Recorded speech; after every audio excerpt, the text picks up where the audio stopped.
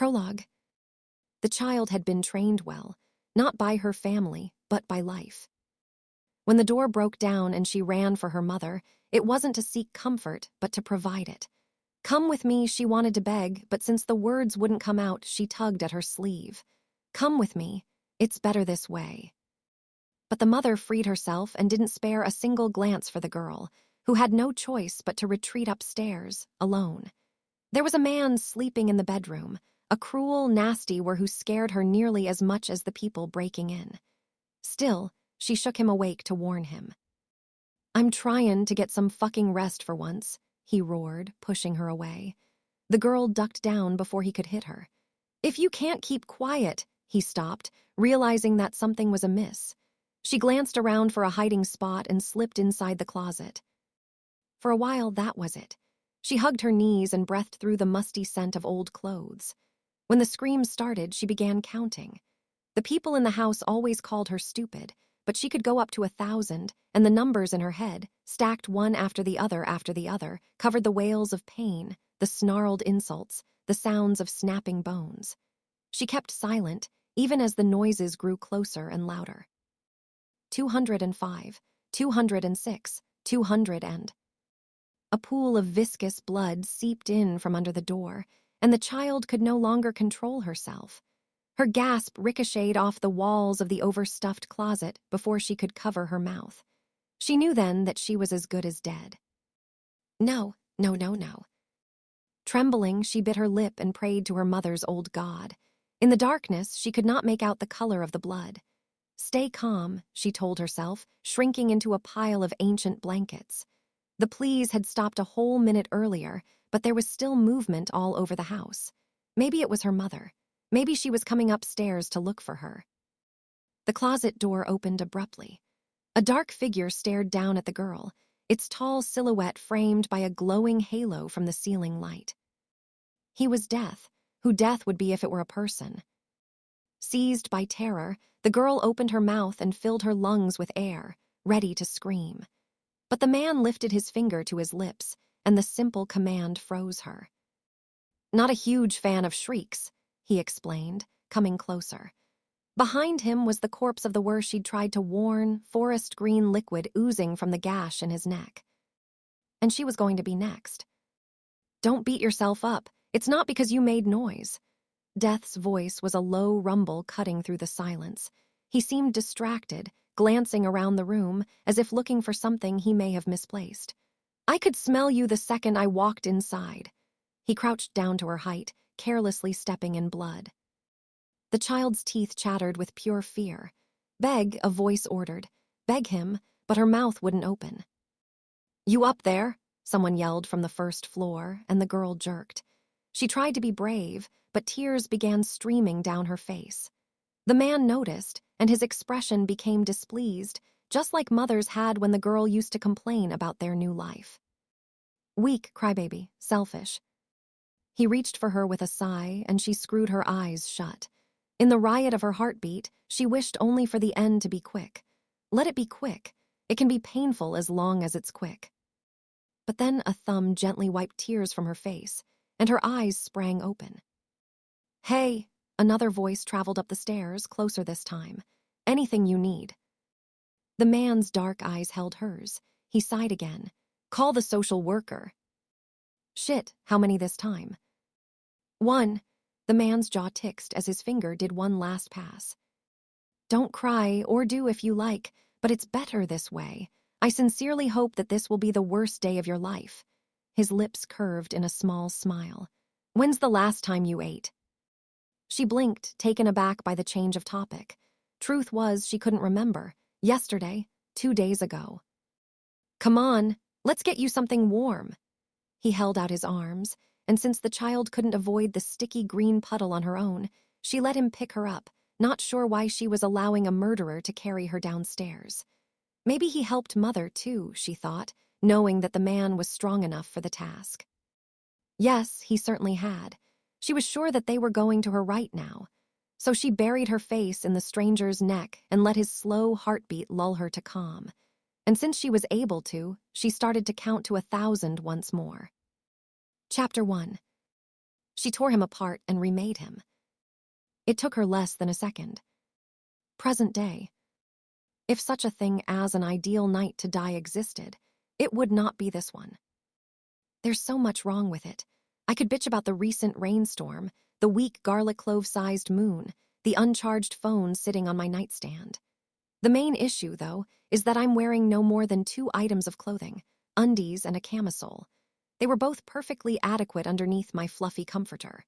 Unfortunately, I left that back at the cabin, when I woke up at 1 a.m. to the realization that someone was breaking in. It's fall, in a place that a year or so ago, back when I still foolishly believed I was human, I would have called Oregon. Now that my word genes are taking over, stuff like cartography and state lines have become comically trivial, but the crux of the matter remains. November in the Northwest is cold, and I'm not dressed appropriately. The goddamn timing, I mouth to myself, darting behind the gnarly trunk of a Douglas fir.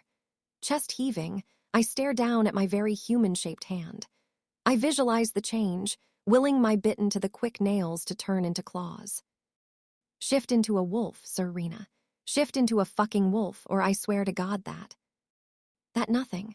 My body refuses to be shamed into compliance. I glance up at the sky, but the much-publicized pull of the moon offers only the most apathetic of tugs. With a muted groan, I resume my sprint through the forest, bare feet slipping through fresh mud. A dozen little cuts crisscross my soles and shins. The longer I run, the fainter my hope that the soil will conceal the iron scent of my blood. And I've been running for a while. The intruder is tracking me, gaining ground. The wind carries his ever-closer smell, and I don't like what it tells me. Vampire, adult in his prime, eager. The thrill of the chase titillates him, and his arousal scrapes against the bottom of my stomach. As revolting as that is, though, it's the least of my problems. Because if I can smell him this clearly, there's a very high chance that he's close enough to. At long fucking last. The words hiss like bullets in my ear. An instant later, my back is slammed into a trunk. I don't know what hurts most, the bark biting into my skin, the hand he curls around my throat, or his disgusting, maniacal stench. The forest is pitch black. There's no darkness through which words cannot see, but I got only half of those nice wolf genes, which means that my night vision is hit or miss. Still, the vampire's bloodlust is unmistakable, as is the blade in his hand. "Not very fast, are you?" he growls. No shit. I swallow an eye roll and make myself moan helplessly. "Please," I beg. His scent explodes, like having women at his mercy is his kink of choice. How predictable, so I give him some more. "Please, don't kill me. I'll do whatever you want." Whatever I want. He's so interested. I let out a whimper and widen my eyes. Anything. His eyes travel down my body, as if to assess what I might be useful for organ trafficking, bone broth, yard maintenance. Unlike me, he is fast. Preternaturally so. With dizzying speed, his knife slices through the front of my silk top, deepening the neckline. This fucker. But as he leers, his scent spikes. Which means that he's distracted enough by what he's uncovered that I get a chance to put the self-defense classes my sister forced me to attend to good use. Knee to the groin. Headbutt to the nose. And as a little extra, an elbow to the stomach. I mean, why not? The vampire grunts, mutters a few variations of fucking whore. I'm free, though. I might not be able to outrun him, but I can grab a fistful of soil and throw it at his eyes, which does just enough damage to slow him down. I frantically look around, and yes, I spot a sharp, jagged rock, bend down to palm it. "You fucking freak of nature." The vampire is on me again, twisting my arm behind my back. I let out a yelp, but the rock is in my hand. Tragically, he's holding my wrist at the wrong angle for me to strike. In theory, I know what the next step is. Move closer, lower your center of gravity, rotate your body, strike with your free hand, and boy, do I try. Sadly, the vampire is a notch or two above the average fighter, and none of it works. That's when my stomach starts churning for real. This is not going to end well. "Let me go," I spit out. "Shut up." The vinegar of his scent stings my nose. He's even more worked up now, and I'm in even deeper shit. I may not be allowed to kill you, but I can make you hurt a whole fucking lot before I. Can you, though? A male voice interrupts him. It travels in our direction from some place in the thicket of trees, a rich, slow curl at once vicious and detached. No answer exists that could phase this voice. Can you really, buddy? The vampire's frame stiffens. Before he can leash his instinctive reaction, I smell utter, abject, acrid fear. I close my eyes, force my burning lungs to inhale slowly. Let my prospect of the next 10 minutes readjust, mold to a shape that is. Still unfortunate, yes, but a touch less. Cone. Cone's here. It will be all right. The vampire yanks me in front of him, holding his knife to my throat. I wonder if he means to use me as a hostage or as a meat shield that barely reaches the top of his chest. What are you doing here? He barks. It's a fair question. Cone lives several hours away and hasn't been around in nearly 2 months, since the day he dropped me off at the cabin, at my request, with a metric ton of supplies, a lingering stare, and a mocking have fun chatting up the spruces, killer that didn't quite match the intensity in his eyes. Did you just ask what I'm doing in my territory? What the fuck are you doing, shit dump? A handful of long, unhurried strides, and Cone emerges from the thicket. He's different. From anyone else, yes, but also since I last saw him. His black hair is tied back at the top of his head in an overgrown, unkempt version of his latest cut. He hasn't shaved in weeks, and I suspect he might be a touch behind on sleep, too. His presence, though, has the usual effect on me. It gives me ballast and bolts me to the ground when I'm on the verge of being spirited away. Alpha. His deep scent is unmistakable, solid and placating, the perfect counterpoint to the panic of the vampire. Who snarls, "I'll kill her if you come closer." Cone, of course, comes closer, with the placid air of someone who has never doubted his ability to hammer the world to his will. Serena, he says he's going to kill you. You cool with that? His tone is pure intellectual curiosity. Charcoal eyes glow steadily in the night.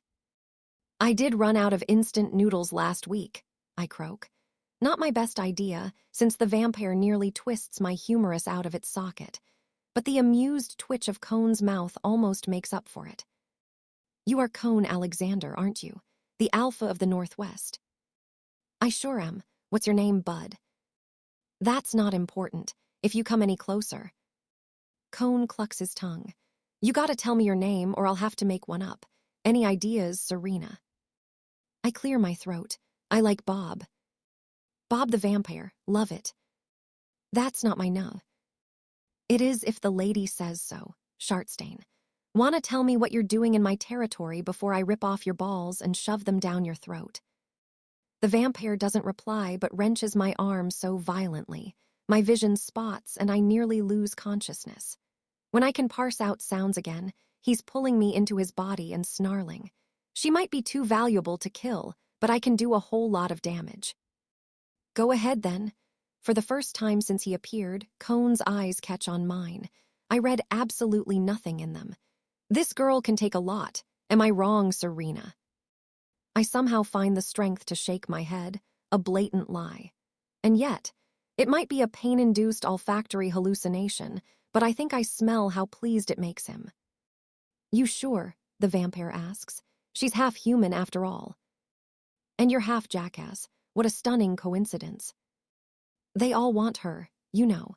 Since that interview she gave, every vampire on the continent has been looking for her. Yeah, I'm sure there are plenty of vivisection tables with her name on it. But do you know how much they'll pay? The vampire's voice takes on a sudden persuasive bent. As the person who brings the hybrid to them, I will be able to name my price. Sure, and they definitely won't get rid of you the second you hand her over. The vampire snorts. I'm smarter than that. I'm the first who found her. Do you think I'm the only one after her bounty? Others are going to follow. Once they discover that you're giving her sanctuary, they'll flock here. Are you sure you want to spend the rest of your life protecting a half-human? Let me take her off your hands. Look the other way. As far as offers go, Bob, this one is lazy as fuck. Cone spreads his arms. What do I get out of it? You're supposed to offer something in return. Split the reward, wash my car. They say she's your mate. It's like the forest hears the words, like it understands them. For a brief second, every critter, every leaf, every drop of water stills, as if waiting for Cone's reaction. Do they now? He advances, still relaxed. He's taking a night stroll, wandering around a museum, unburdened of all worries. Yes, and you know what else they say. Bet you're going to tell me that she rejected you. Ouch, Cone doesn't look to be in any pain. And your unimpeachable reasoning is that I'll happily exact my revenge on her by allowing you to take her. Wouldn't it be better to be done with her once and for all? Cone lifts a hand, making the vampire jolt. All he does, though, is massage his temple like an exhausted parent would, wondering why his toddler is stuffing another crayon up a nostril. Man, I'm going to have to kill you, and Jorma's gonna make me do a fuckton of paperwork for that. He sighs, and the trace of impatience in his voice makes my blood curdle. Not the vampire S, though, because what he says next is, and she's pretty, isn't she? I go very, very still, and so does Cone. And right now, she's not in a position to reject anyone. No response. Do you get my meaning, Alpha? Any pretense of casualness melts out of Cone's demeanor. Every atom of his body is now on high alert, orienting toward prey, toward me. Like I said, she's very beautiful. I wouldn't mind tossing her your way after I'm done with her, he offers. Cone's eyes contract to displeased pinpricks, and his scent gives off such unequivocal aversion, even the vampire knows to backtrack. Or you could have your fun with her. Then I'd take her away, no questions asked. She'd have no one to complain to. An owl hoots in the distance. I hold my breath, waiting for Cone to tell the vampire to fuck off, but the silence lingers and his eyes grow opaque, and after a while Cone nods. My heart plummets. No, he wouldn't. He would never. Cone, I say, half question, half plea. In my defense, Serena, Cone lifts his shoulders. It's always fucking something with you. Ice prickles all over my skin. No, don't, Cone, don't. I took the liberty to get started, the vampire says, and before I can wonder what he means, his free hand lowers the torn half of my top down my shoulder. Cone's eyes linger on my nearly bare chest like I'm no more than a cut of flesh, an offering to be appraised, something created for him to use. I watch his pupils do an odd dance, sense a shift in his scent before he murmurs, "See, this is how you make a deal. I knew you had it in you, Bob." Once again, I beg my body to shift to its wolf form. Once again, I am ignored. With a furious grunt, I begin thrashing in the vampire's grip, desperately trying to break free. But he's stronger than me, and Cone's probably stronger than the two of us put together. I can knock out one of them, and I'd still be screwed. I clutch the rock in my palm, but folded as he has me, I still cannot use it. Terror rushes through my body, thumps against my chest. She's all yours, Alpha. Do what you will with her. The vampire lets out a winded, obnoxious laugh. He lowers his blade and pushes me a few inches forward without letting go of my wrists. He stinks like he knows that it's all over for me, that he's won. Maybe she'd even enjoy it. Cone considers the matter as he steps closer, near enough that I can feel his heat, and I bare my teeth at him as I squirm in the vampire's clutch. This can't be for real. Alpha protects, says a calm voice that lives inside my bones. Alpha is home. Cone is not like that. Except I'm not so sure. Cone stops in front of me, staring like I'm at his disposal, and yeah, he is exactly like that. Would she? He wonders, voice low and rich, eyes caressing my face and lingering on my bare breast. Closer still, and his presence envelops me like a warm blanket. His scent blooms in my nostrils, safe, grounding, so breathtakingly perfect that for a moment I forget about the vampire behind me, the pine needles jabbed into the soles of my feet. Please, I mouth softly, but I don't think Cone hears me. His hand comes up to my face, wraps around my cheek, thumb pressing into my lower lip. Would you, Serena, enjoy it? Panic bursts anew in my chest. I shake my head violently. No, no. Well then, his eyes soften, and he lets out a half-resigned, half-amused sigh. Better make use of that rock in your hand, killer. It takes me a beat to understand his meaning, and to realize that the vampire's hold on my wrist has loosened. Twisting my arm free and stabbing the jagged edge of the rock into his stomach takes so little effort, it's almost anticlimactic. What the vampire doubles over. I'm about to hit him again, but he bounces back and slams me to the ground. He lifts his knife above his head, aiming for my throat. You fucking bitch. He stops with an abrupt gasp, as though in the grip of a sudden illuminating revelation. He stares down at me, eyes bulging, mouth wide open, and I almost expect him to apologize. Then, after coughing up a small rivulet of mulberry-colored blood, he loses his balance. I observe his descent, horrified, as he collapses right by my side, face first into a patch of moss. He does not move again. Neither do I don't know what it says about me. But I'm incapable of not staring as blood gurgles out of the deep claw-shaped parallel wounds on his back, iron blending with the earthy smell of the soil. It's a long while before I'm able to glance down at my body, miraculously intact, if mostly naked, and then up at Cone, glibly unimpressed. Anyone else would be helping me up, but not the alpha of the Northwest pack. Instead, he slowly shakes his head, wiping the hand he just used to kill a man across his flannel. The deep violet strokes create an oddly pretty painting over the blackened white canvas. It takes him a while to remember that I exist. Evening, Serena. The intensity of a few moments ago has dissolved, and he sounds indifferent. Maybe he knows that a single ounce of sympathy would knock me over. Maybe he truly does not and has never given a fuck about anything. How's your night been? Uneventful, I rasp out. Yeah, you look like shit. Do I? Jellied sweat slides down my temple and between my breasts, which I hurry to cover as best as I can. Is this the way you talk to your beloved mate? A single eyebrow lifts. I said you were my mate, not that I loved you. I gasp out a single, outraged laugh, but at least I'm not crying. It's nice to keep what little dignity I have left as Cone gives me a cool, appraising look and crouches next to me. We have to go, he tells me. Where? To the den. He picks me up with his arms under my back and knees. The chill becomes a distant memory. Woodland retreat over, killer. Chapter 2. Absolutely fucking no. If you don't tell her, Cone, she'll find out anyway. How will she steal my diary? Is she able to read minds? Lowe, in his defense, has the grace to look vaguely self-conscious. I won't hide it from Misery, and Misery won't hide it from her. Oh, fuck off. I liked it better when you were lonely and sad and depressed. Listen, I tell Serena, and then what? Nothing could ever come of it, even if she's interested. If we made it publicly known, if she's the mate of the alpha of the Northwest, nowhere will harm her, hybrid or not. A mix of anger and outrage simmers in the pit of Cone's stomach. Nowhere will harm her, because I'll be there to fucking kill them. Will you? Misery is here and Serena wants to be with Misery. You won't be around. Then I'll move into the Moreland compound. My pack runs itself. But Lowe just looks at him like he did when he was 12, already way too fucking serious for his age, like the pillars of earth rest in his clenched sphincter, and Cone has never been able to stand it.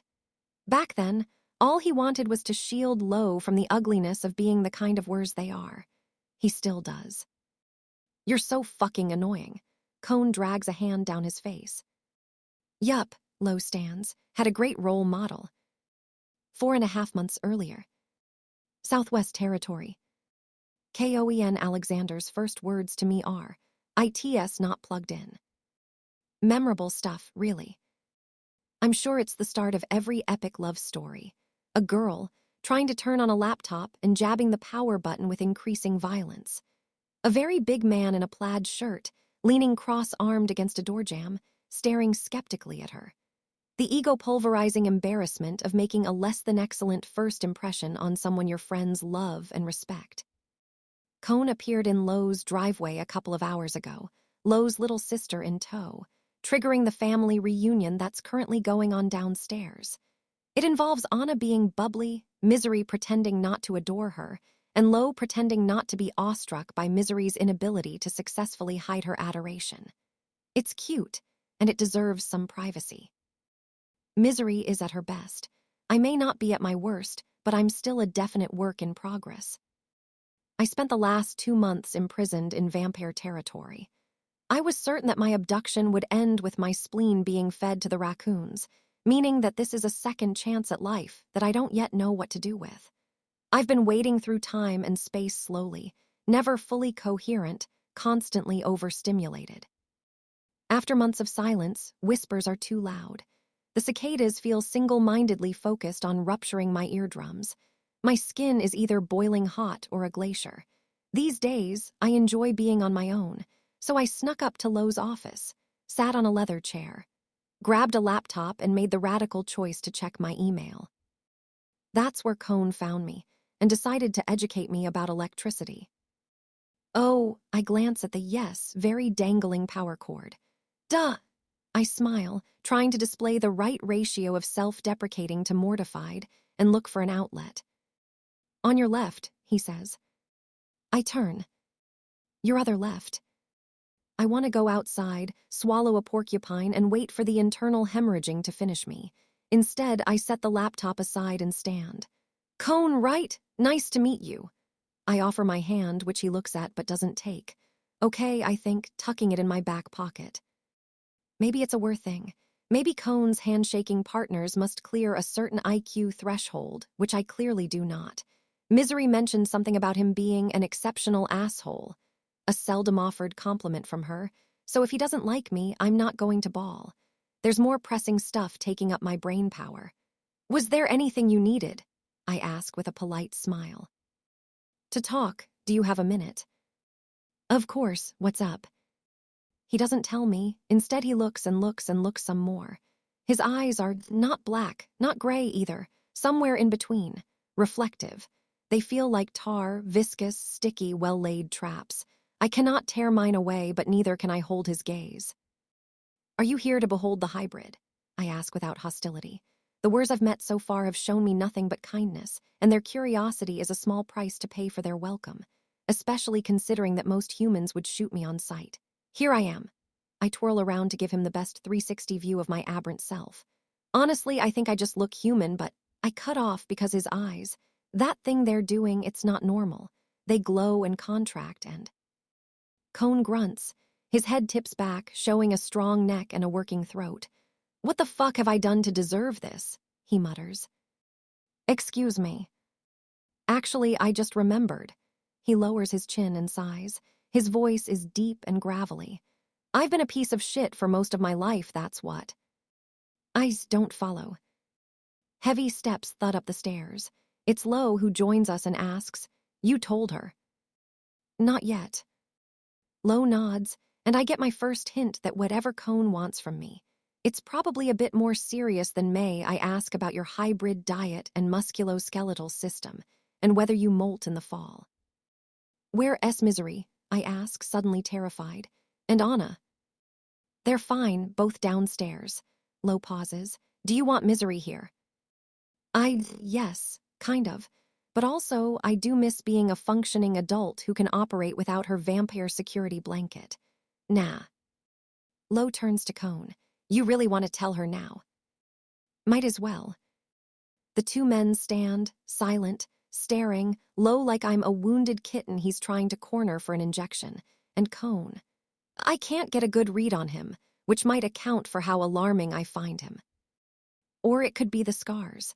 The 3 parallel claw marks on his face, for instance. The one in the middle is the longest. It starts up in his forehead, dissects his brow, and continues down his cheek in a thin, straight line. He also has small ones on his upper lip at the base of his jaw, past his collarbone. But none are hungry or red or new.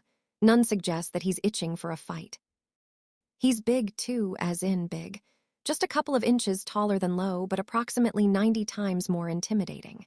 It's because Lo feels domesticated. A wise, instinctual voice explains from the recesses of my skull. Lo can and will control and pace himself. Cone is a wild card. Cone is raw. Cone will do whatever the hell he. You are my mate, he says, with little inflection. So little I must have misheard. I learned it back in college. Linguistics elective, junior year. The rhythmic patterns of language contribute to listening comprehension. Excuse me. You and the vampire are close, right? He asks, full of that calm that borders on indifference. Is he making fun of me? She explained what a mate is. Slowly I nod. What misery is to Lo, you are to me. Oh. Oh. Oh, is this a terminal diagnosis? His lips twitch. No cure, I'm afraid. I see. I clear my throat. Well, this relationship sure escalated quickly. His words surprised me, but the way the corners of his eyes crease in amusement shocks me tenfold. His laugh is a deep, warm chuckle that makes my heart stumble. You have no idea, kid. I cross my arms. Should you be calling me kid, given the situation? I'm not married to it. What would you prefer? Well, there's always my actual name. But if you insist on a nickname, I'd prefer something with a bit more. More. More teeth. His eyebrow rises. Root canal. No, come on, you know what I mean. Something that inspires fear. Real estate market crash. Okay, maybe less fear and more. Warrior-like. His once-over is skeptical. You're what, 5 feet? I'm 2.5 inches over that. And for your information, the other day these stubby little legs butchered several vampires. Look at you go, killer. Guys, Lo's voice startles me. I forgot he was there. We should get back to the matter at hand. Cone and I exchange a brief "can you believe this narc?" glance. I think that part of the conversation is over, Cone says, pushing nonchalantly away from the doorway. She's been informed. She understands. We can all resume our normal activities such as running packs or, he glances at my laptop, boycotting power outlets. I stave off a smile. I forget one time and... Serena, Lo, interrupting again. Do you really understand what it means? The urgency in his tone is a confusing contrast to Cone's indifference. And then the full impact of it slams into me. No, I don't understand, because I haven't even stopped to consider it. Does it mean that he... On the mate thing, misery was light on the specifics, and it's not as though Lo unburdens his secret heart to me. Does it mean that he likes me? Yes, Lo says, which perfectly covers Cone's no. I frown. Wow, this is bringing me lots of clarity. Thanks, guys. Lo glares at Cone, who's sporting a shit-eating grin. Look, I'm sure you're a very likable person. It's not what this is about, though. What is it about? Lo massaged the bridge of his nose. For a whir, finding a mate triggers a chain of physiological changes. Misery compared it to falling in love at first sight, and there's some truth to that, but... I'm sorry, I cut in. Could you leave the two of us alone? I'm looking at Cone, but the question is for Lo, whose concerned scent signals a strong objection. In all fairness, a one-on-one with a possible nutjob who wants me to become his mail-order bride does seem like a terrible idea. But I suspect that if Cone wanted to hurt me, he could do it whether Lo was babysitting us or not. More importantly, I suspect that Cone has no interest in doing any of that. Please, I add calmly. In response to Lo's searching gaze, Cone nods. Once. Call if you need anything, Lo says gruffly before turning on his heel, an invite interestingly directed at both me and Cone. Then we're alone. Somehow my stomach feels 10 pounds lighter. Weird. Will you come in, please? And sit down. He does, no questions asked, kneeling briefly to plug my damn charger into the damn socket.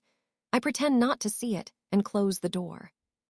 Cone slouches lazily on the chair next to mine, almost too relaxed, a large apex predator examining its quarry. Like we're about to discuss the new garbage collection schedule and not a major psycho-social milestone in the life of a whir. Maybe this mate business is that big of a deal. Lo seems, I return to my chair, run my palms down the legs of my sweats. Very protective, of me and of you, I think. Isn't he fucking adorable? Cone's tone is pure fondness. Always been like that since before his balls dropped. Best where I've ever met. I smile. I'm glad misery is in good hands. and vice versa. I tilt my head. It doesn't bother you that she's a vampire. They obviously care for each other. He sounds as though nothing else would ever factor into his approval, which I find very endearing. So, I run my tongue against the back of my teeth. Love at first sight, huh? Cone winces. Not quite. Lo's a bit of a romantic. Oh. A side effect of all that decency, probably, colors his perception of the world. But your perception is unmarred, because you're not decent. He doesn't reply, but he smells like he agrees. What's happening here has very little to do with loving or liking, Serena. What does it have to do with, then? A beat, his lips curve. Really? I stare at him, stumped. Oh, killer, I'm happy to spell it out for you if you need me to. I do need you to, like I'm 5 preferably. Not sure I can make it anything under NC-17. What do you, ooh? My cheeks flood with heat. After gawking owl-eyed at Cone for a long stretch, I realize that I'm clutching my chest like a Victorian governess and abruptly let go. I shake my head, not wanting to come across as some sex-ed-deprived orphan who thinks that childbirth occurs when nose boogers reach critical mass. I'm not, although I used to be in my teens. Misery was the vampire collateral, obligated to live among humans, to be killed if the vampires violated the rules of the ceasefire between the two species. I was her companion, an orphan randomly selected to be her friend and make sure that she wouldn't get too lonely. Something no one gave a shit about, or too disruptive, something everyone was scared shitless of. Except that the randomly selected human orphan turned out to be more like the purposefully chosen human-were hybrid, who needed to be kept under surveillance by the vampires to prevent the world from finding out that humans and wers are actually reproductively compatible, and might therefore decide to not hate each other or even form alliances against the vampires. Plot twist. But at the time, no one knew that. Back then, my entire value was exclusively reflected in misery. My education hinged on hers, and since no one was certified to teach reproductive anatomy to a vampire, I didn't get sex ed either. Once we got out, though, we had unlimited access to the internet and dates and boyfriends. And of course, sex. Except that was a lifetime ago, a handful of years that might as well be entire geologic eras. Back then, I was human. I wasn't terrified of the full moon, or of what color my blood would spill if I cut myself. Once I began to realize that there was something very, very wrong with me, the entire concept of sex became laughably trivial. At the beginning of my abduction, I was briefly concerned that it might be forced upon me. When that wasn't the case, it was pleasantly forgotten. And now here I am, thinking about it. Sex is a giant winged dragon stretching awake in my head. I swallow. These biological changes you mentioned, can you control yourself? The meaning takes a minute to sink in. When it does, I half expect Cone to resent my question, but there's no trace of defensiveness in his firm always. It makes it easier to believe him. So, basically, you just want to. Correct. He nods casually. Yes, I would love a cup of Earl Grey. Yes, I'll respond to a brief survey in exchange for a 10% discount on my purchase. Yes, I do want to F. I hope I don't sound conceited, but how is it different from the reaction of most human men I've met?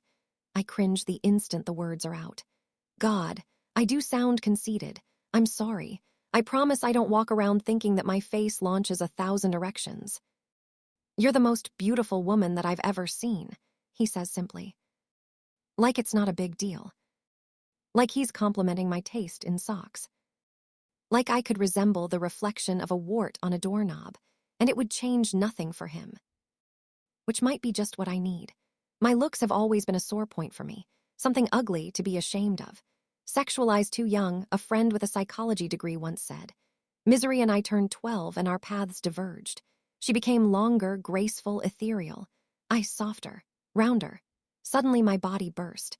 I bloomed into something with hips and breasts, and people, mostly adult men, would look at me in ways that hopscotched between uncomfortable and dangerous.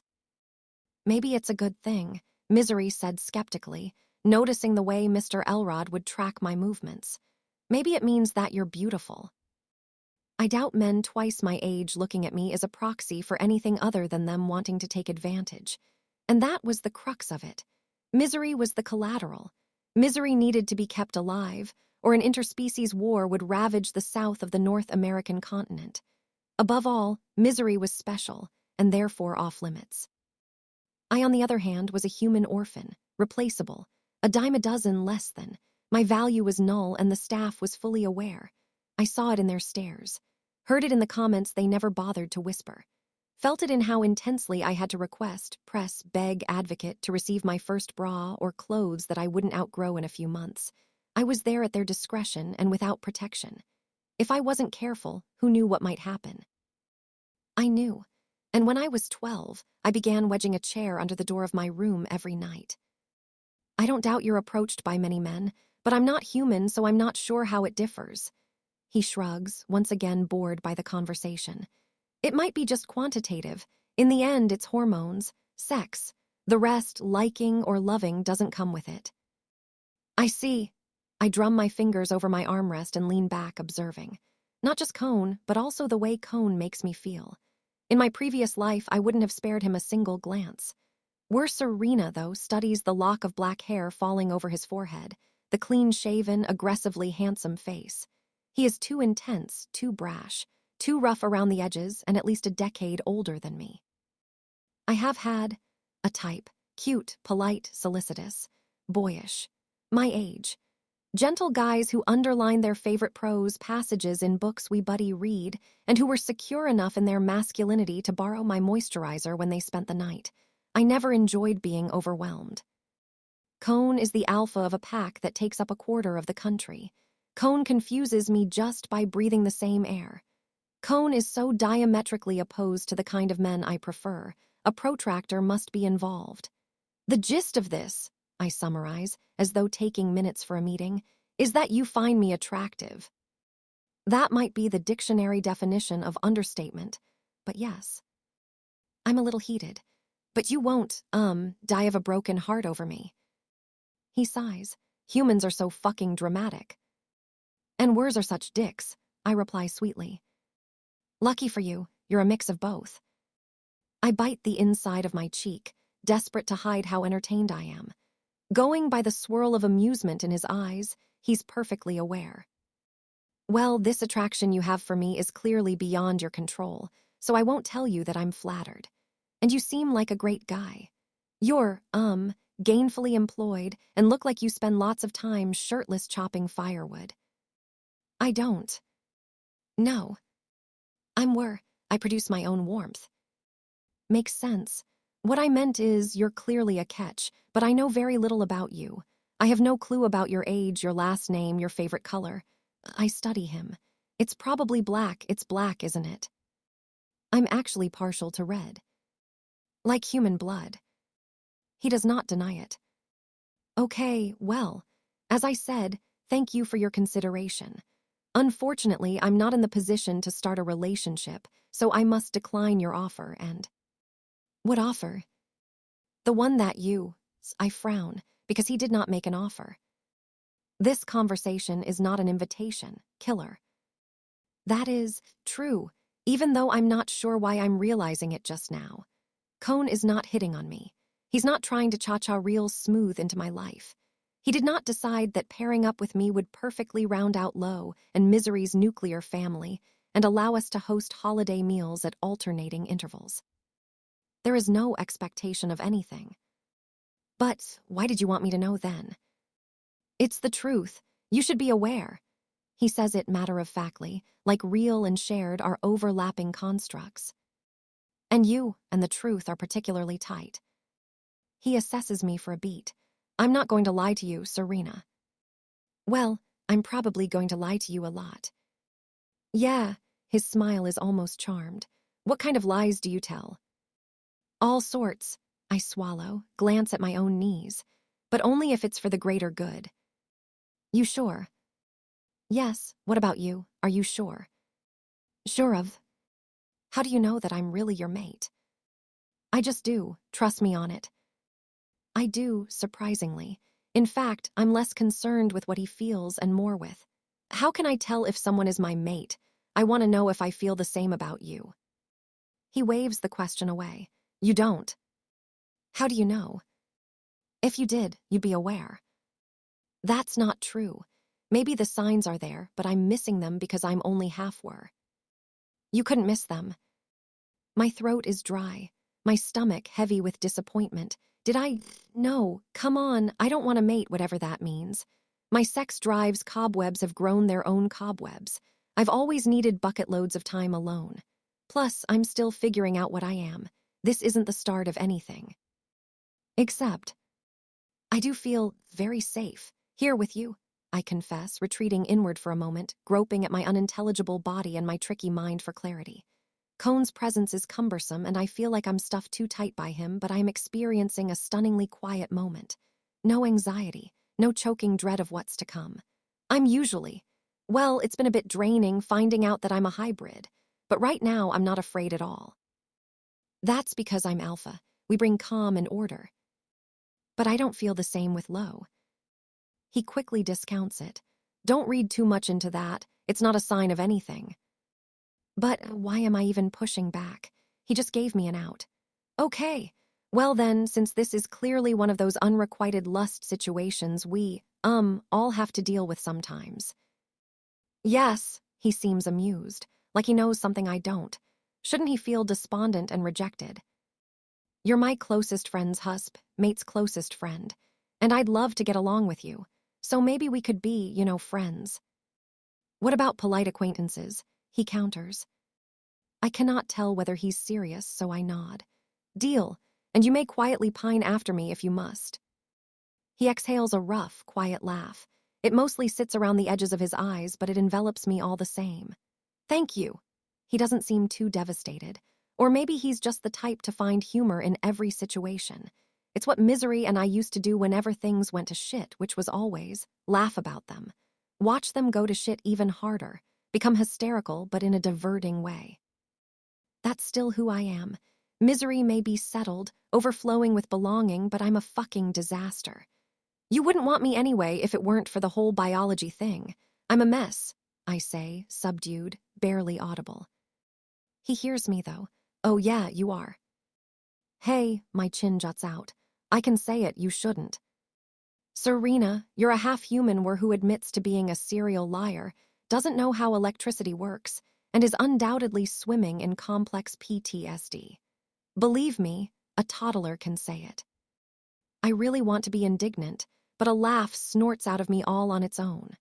And then Cone is standing, heading for the door, and there's once again a weight in my stomach, one that seems to get heavier just because he's leaving, and heavier still because I'd like him to stay for a second longer.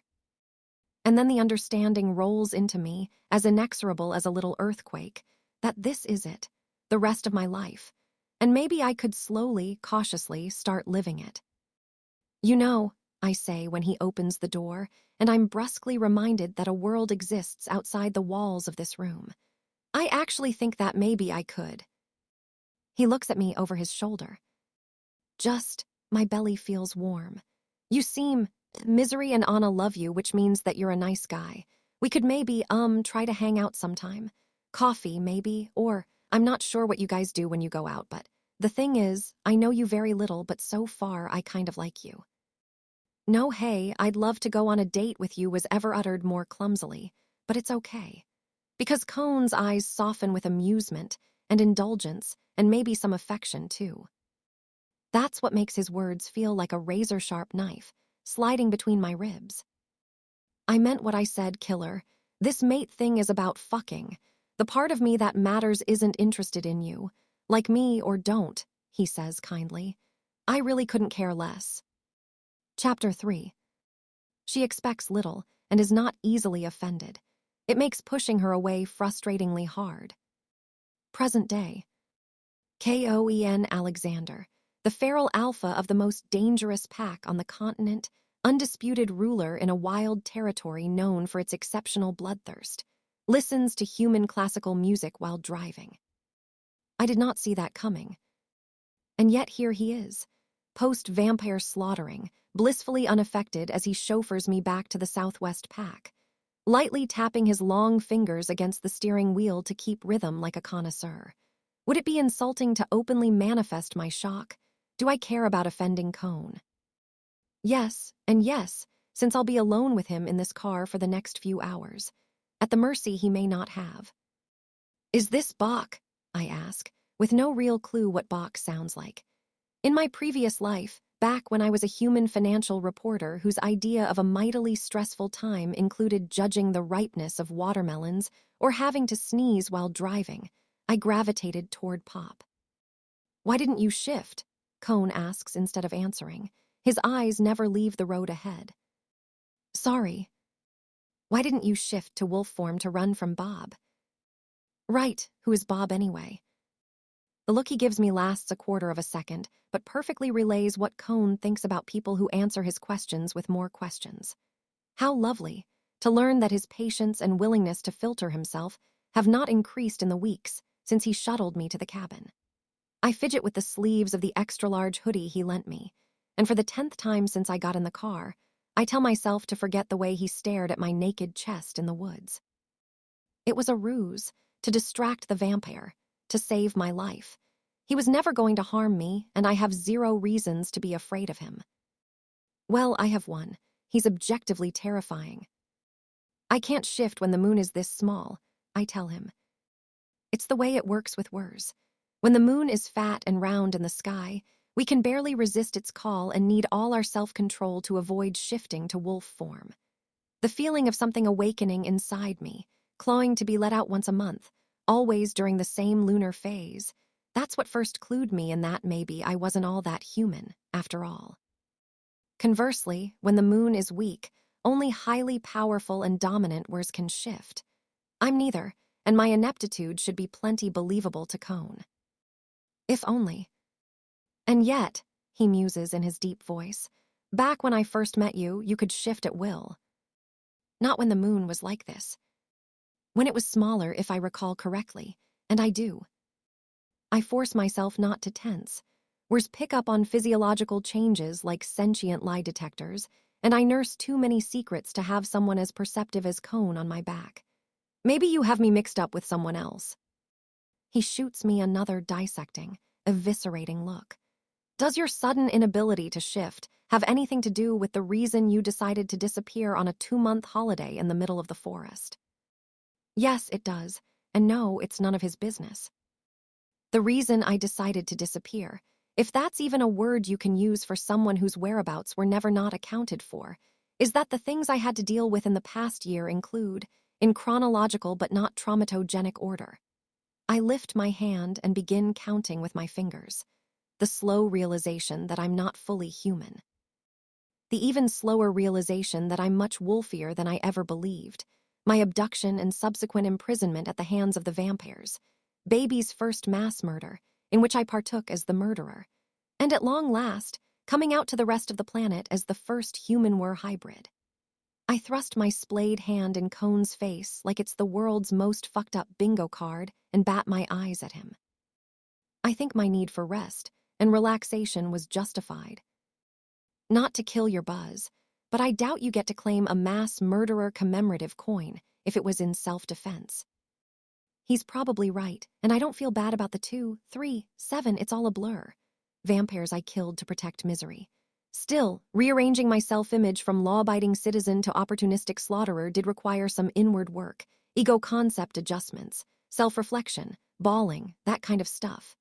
I gather my knees to my chest, pull the hoodie over my scratched-up shins, and ask, how did you know, by the way? Know what? That someone was going to come for me at the cabin. Lowe called me earlier today.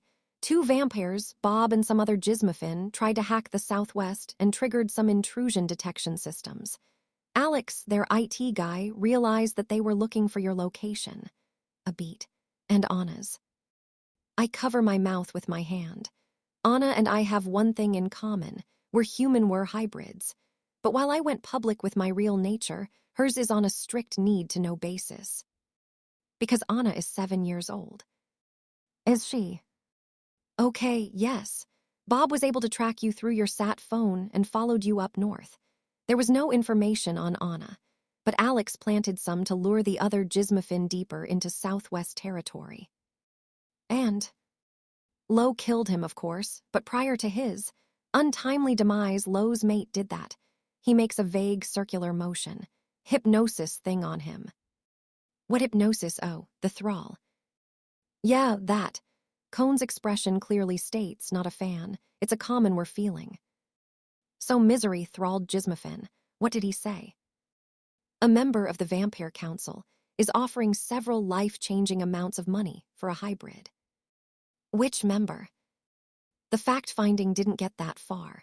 Either Gizmafin didn't know, or Lo got impatient and graduated early to the massacre part of the night. That's unfortunate, but I'm inordinately proud. Good on Misery, and to think that she used to say I was the only person she could competently thrall. Cone's glare is bemused, so I hurry to explain, consensually. She practiced on me when we were kids. She practiced on you. Of course. How else was she supposed to learn? She needed a brain to train on, and mine was right there. Maybe there was permanent damage. That would explain it. Explain what? The many things that are wrong with you. I frown. Like what? Your self-imposed isolation. How much weaker you've gotten since I last saw you. The fact that you smell exhausted. Your affinity for lies. Your refusal to shift even when your life depends on it. You know, I challenge him mildly. If you're accusing me of something, you can just come out and say it. Nah, it's more fun to corner you into admitting it. He clearly has feelings about what happened tonight. They include frustration, worry, anger, and even a hint of distrust. I'm not sure how I know, since his stony profile hasn't moved a millimeter. Maybe I'm getting better at guessing others' emotions by scent, like a real were. Look at me, the little hybrid that could. There is nothing to admit, I say blandly. Do you think Bob told anyone about our locations? No, he's an idiot who entered Northwest Territory on his own. Was, Cone concedes, disturbingly pleased. Where justice is swift and brutal, and the Northwest's most of all. The pack is known for spending more time in wolf form than others, for being vicious beyond what is necessary to maintain their borders, and for holding grudges. The Northwest has fewer members than the Southwest, but its territory is wider and more remote. Which is why, when I decided that I needed to be alone, it seemed like the best option. But now that I have Cone breathing down my neck, I'm rethinking things. You're tired and we have a long drive, he says, abruptly changing the topic. Go to sleep. I am tired, but what are we going to do about Anna? He frowns in surprise. I told you Anna is fine. Anna is 7. We need to have a plan in place to protect her. We, I repeat. When I was 7, I was an orphan. When I was 7, nothing but horrible things happened around me. Too much of this hits too close to home, and I don't want her to ever feel like I used to. Anna has Lo, and the vampire. Her name is Misery. And an entire pack that is ready to die, and more productively, to kill for her. I should help too. I can. Serena, there is an edge to his voice. His grip on the steering wheel tightens. Did you hit your head earlier? What? I instinctively massage the back of my skull. I don't think so. Why? Just trying to figure out what caused the memory loss. I don't have. Clearly, you forgot that you were assaulted about 45 minutes ago. I didn't. Really? That's fucking great. There is a deep V between his dark, reflective eyes, one that makes his scars pop. Then I won't have to remind you that you're 20 times more at risk than Anna is. That's not true. Anna is the sister of an alpha, and her existence is a well-kept secret. You have no family, no pack, no influence, no resources. You don't even have a home. You are virtually alone in the world, and you've been under surveillance your entire life, which makes predicting your next move very easy for a specific contingent of people. And don't forget that for the last few months, your face has been plastered on every single news segment all over the world. Now, for a thought experiment, if someone decides that they want to play mad scientist with a hybrid, who do you think they'll go for, killer? Cone is angry, Whether at my stupidity or at being saddled with me, I'm not sure. Still, the depth of my lack of everything is not something I want to contemplate at the moment. You are correct, I say calmly, feeling a burning pressure behind my eyes. And I'm not going to say that I can fend off whoever comes for me. However, if I know about a threat, I can prepare and take care of myself. I will take care of you, he says roughly. Oh. He sighs and runs a hand through his thick, unkempt hair. Cone, you don't have to. Serena, I hear it in his voice, how little patience he has to spare. For the first time, it occurs to me to wonder what his night was like before he appeared to take care of Bob and of me. The warning phone call from Lowe, the furious drive to reach me, the fear of being too late. The part of me that matters isn't interested in you, he'd said, and I do not doubt it. But even if the mate thing means nothing to Cone, even if he doesn't care about me as a person, I'm still a hybrid who could bridge the gap between Wurs and humans. I'm under his protection, and hearing that I was in danger cannot have been easy. Thank you, I say with sincere appreciation. For coming to get me, for being there right on time. Don't thank me. Why? I fucking hate it. You hate to be thanked. Yup. Why? If I'm doing something, you can be sure that I chose to of my own free will. He falls silent for a moment. Then his nostrils flare and he turns to scan my face, his expression increasingly horrified. What, I ask, is a moth crawling up my nostril, or I pat my cheek with my palm and it comes back wet. That's what's upsetting him. Oh, Cone just killed someone without batting an eye but cannot take me shedding a single teardrop. I'm fine, I reassure him. His alarm doesn't abate. It's like I've just been shot in front of his eyes. I'm okay, I promise, I'm just tired. Then go the fuck to sleep, he orders, panicky. Big bad murderous wolf in charge of thousands cannot handle girl crying. What a headline. What are you waiting for? Do you need a bedtime story? I chew back a smile, settle against the headrest. Why, do you have any? Me. No worse, us I guess. Sure, but they're bleak. Humans and vampires coming for us if we nip our teachers too hard. The gods of nature toying with their beastly children. Cosmic horror, that kind of shit. Wow, do children like them? I didn't. Had nightmares about them for years. I nod slowly. That explains it. What? The many things that are wrong with you. Even under the beard, I can see it. A small smile, a soft snort. Go to sleep, Serena. This time, his tone is a gentle push that has me instantly yawning. It's an alpha thing, Misery said. They're great at making their suggestions sound like the best option for everyone involved. So I close my eyes and let the time and the road flow by, until I remember something. Cone! I'm almost fully asleep, my lids too heavy to open. Yeah. I think you owe me an apology. For what? The way you stared at my tits. Silence. Then, instead of the I'm sorry or go to fucking sleep I expect, he says, I think you owe me an apology. For what? How spectacular your tits are.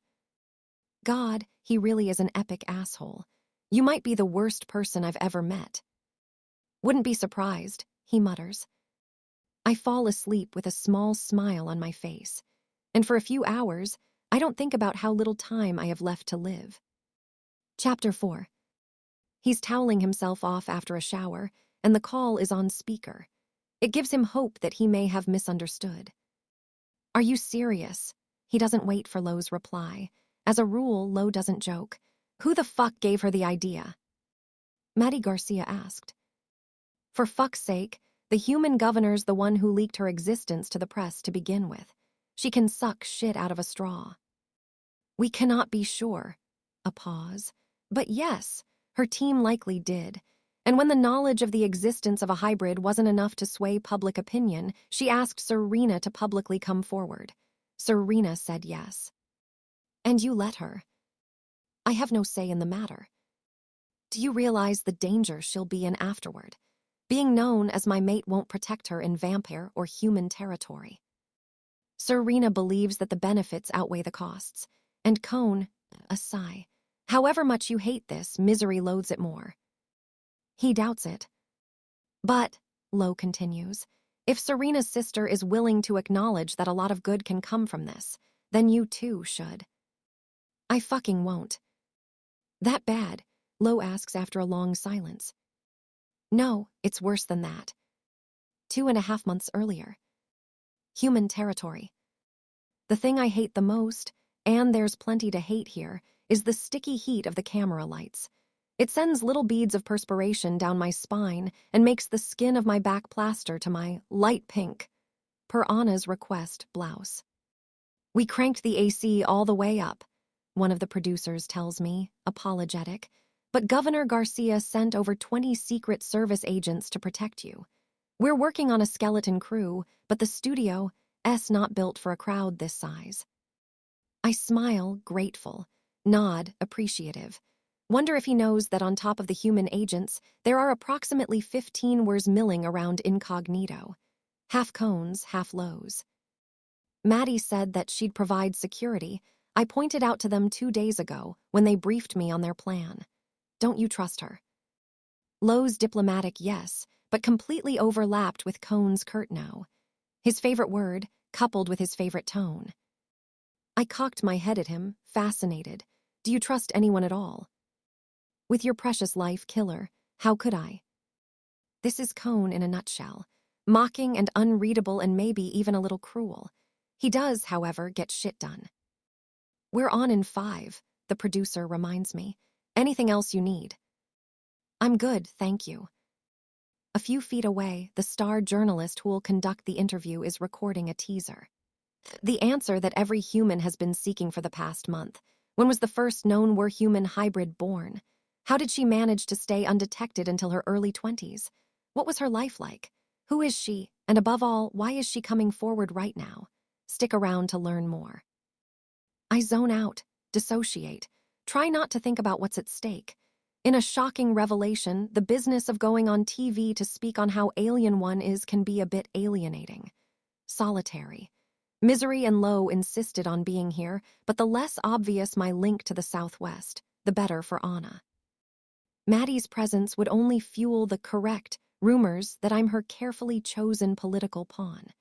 And it's not as though I could have asked Danny, the last guy I dated before realizing I was a were, to be my plus one as I out myself as the hybrid whose existence has been leaked to the press. Hence Cohn. The stage lighting fuzzes the crowd behind the cameras, but the tallest outline, the cross-armed, stern one, can only be him. I smile in his direction, fully aware that even if I could see it, there would be no response. He's so opposed to what I'm about to do, it's almost funny. His disapproval vibrates through time and space and anchors me to this moment. Nothing else here feels real. You ready? The interviewer asks, taking a seat across from me. She's older, elegant. Her scent betrays how disquieting she finds me, but her poker face is titanium solid. Honestly, I'm impressed. That's what the viewers at home are seeing now. She points at the monitors. An interview with the geneticist that I recorded yesterday. The road to this hothouse of a studio was paved with buccal swabs, blood draws, and lab testing. 6 independent groups of scientists have confirmed that I am an interspecific cross. Latin for freak, I believe, and not, as some pundits and social media trolls have decreed, a grifter making shit up for clout. Was not believed possible.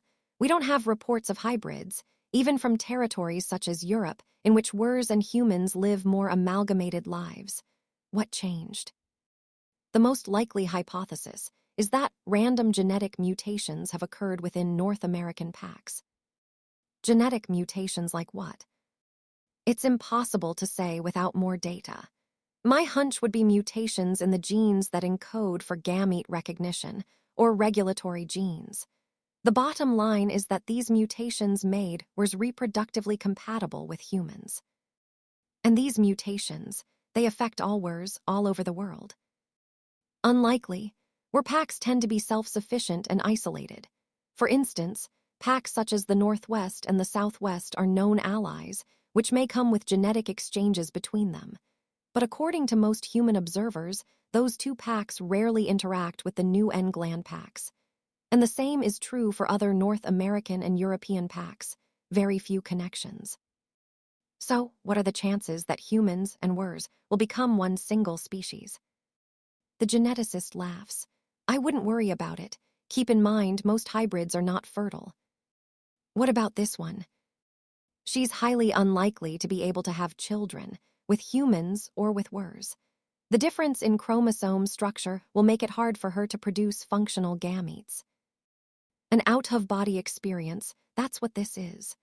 My soul is up on the ceiling, dangling monkey bar style from a truss, staring down at my unresponsive body as it learns that it might not be able to have children. For the first time. In front of dozens of people. From someone who laughs it off as a best-case scenario. It's okay, I remind my body as the inside of its stomach is being raked bloody. It changes nothing. It's the least of your problems.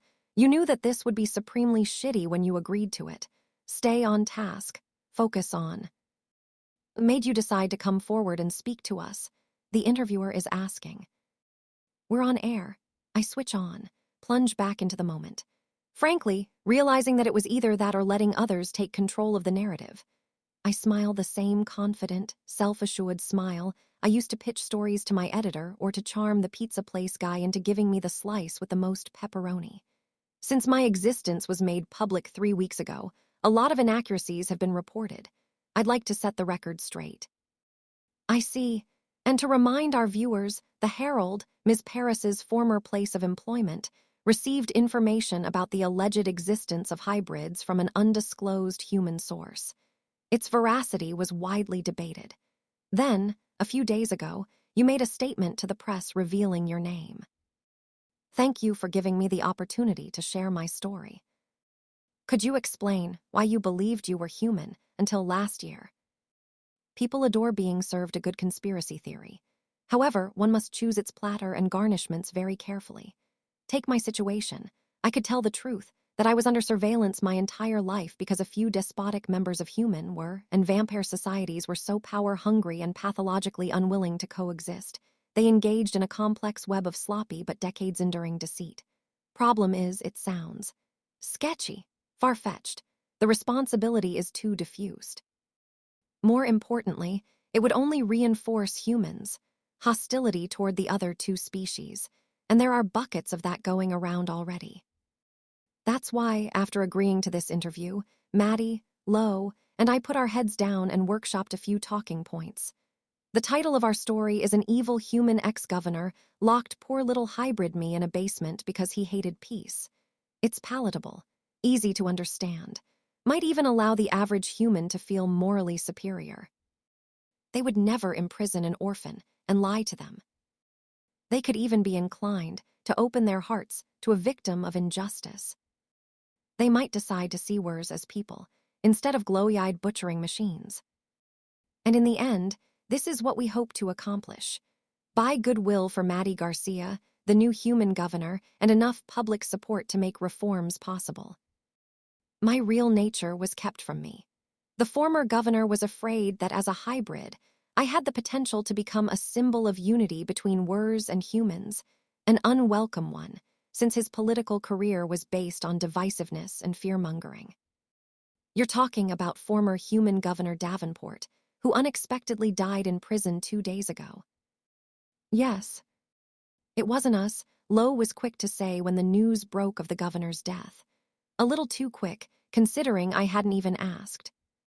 You sure about that? Tragically, yes. Cone sounded disappointed. Though his vampire and human accomplices may have had something to do with it, his death is very fortuitous for them. My demure nod and murmured, yes, may he rest in peace, should earn me several acting award statuettes. He knew that I was half-were. How? That we're still researching. Unfortunately, I don't have many memories of the first few years of my life, or of my parents. All we know is that by the time I was 7, I was living in a human orphanage in the city. I suspect that through some routine checkup, one of the doctors realized that I was part were and alerted Governor Davenport. None of what I just said is a lie, which is highly unusual on my part. And what did Governor Davenport do? At the time, he knew I was genetically half-were, but I presented as human. Still, he thought it best to keep an eye on me. And that's why you grew up in the Vampire Collateral's mansion, as Misery Lark's companion. She was the second to last collateral before the program was discontinued. Correct. And when did you start exhibiting her traits? About 2 years ago. By then, you were living freely in human society, correct? Was Governor Davenport still watching you? I nod. He had me abducted and imprisoned for several weeks. Why?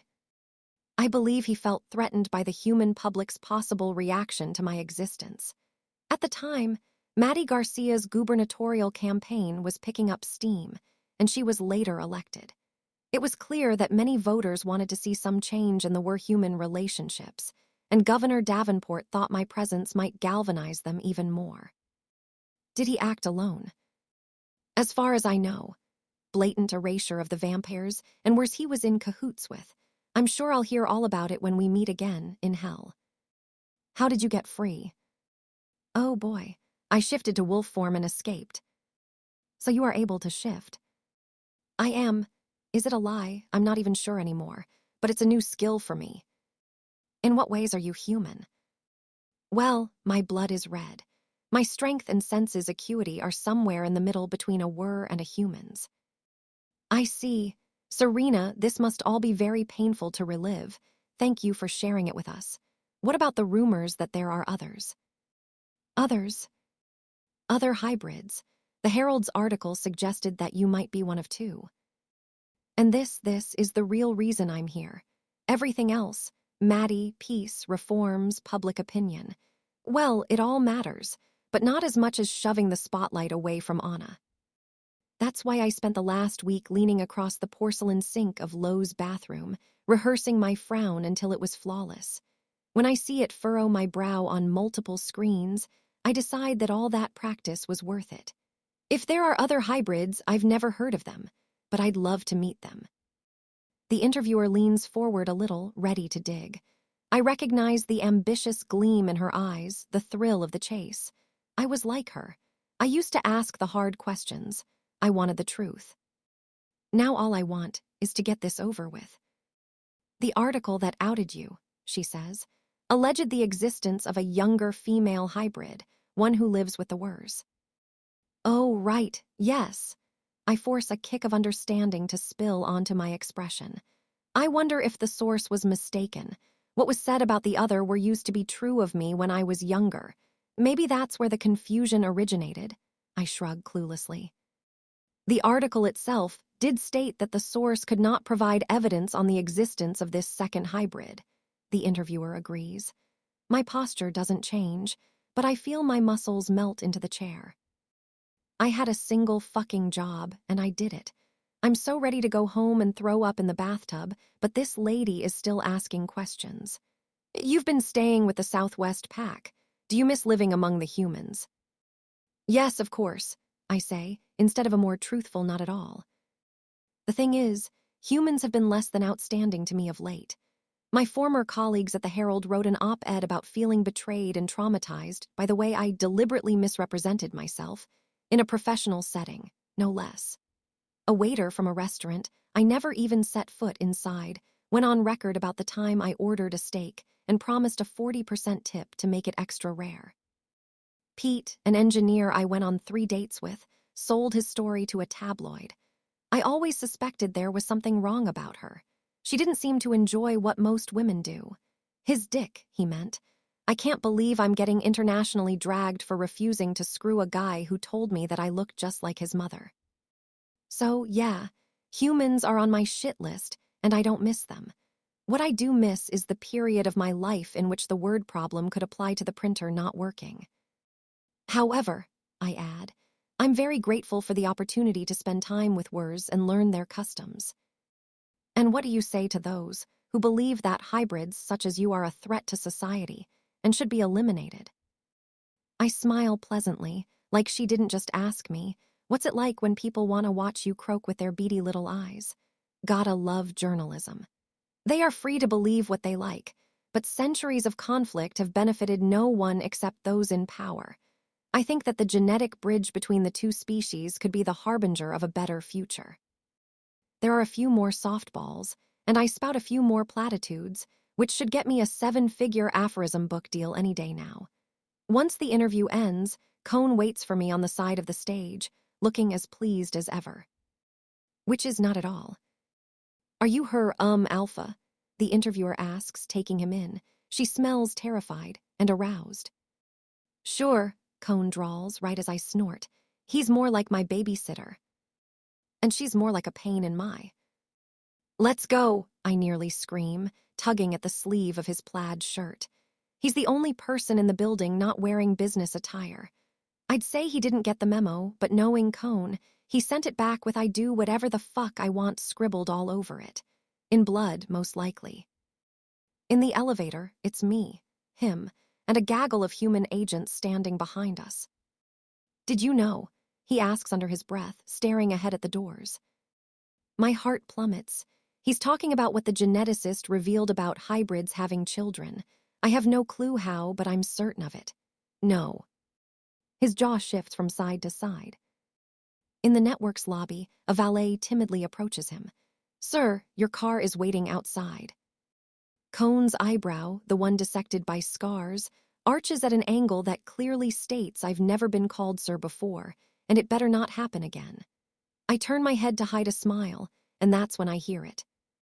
The gall of coming here and forcing Secret Service agents to guard her, like we won't be first in line to get rid of her.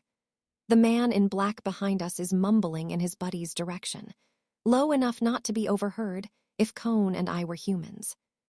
But we aren't, and the agent is apparently that stupid because he continues, can't believe her fucking kind.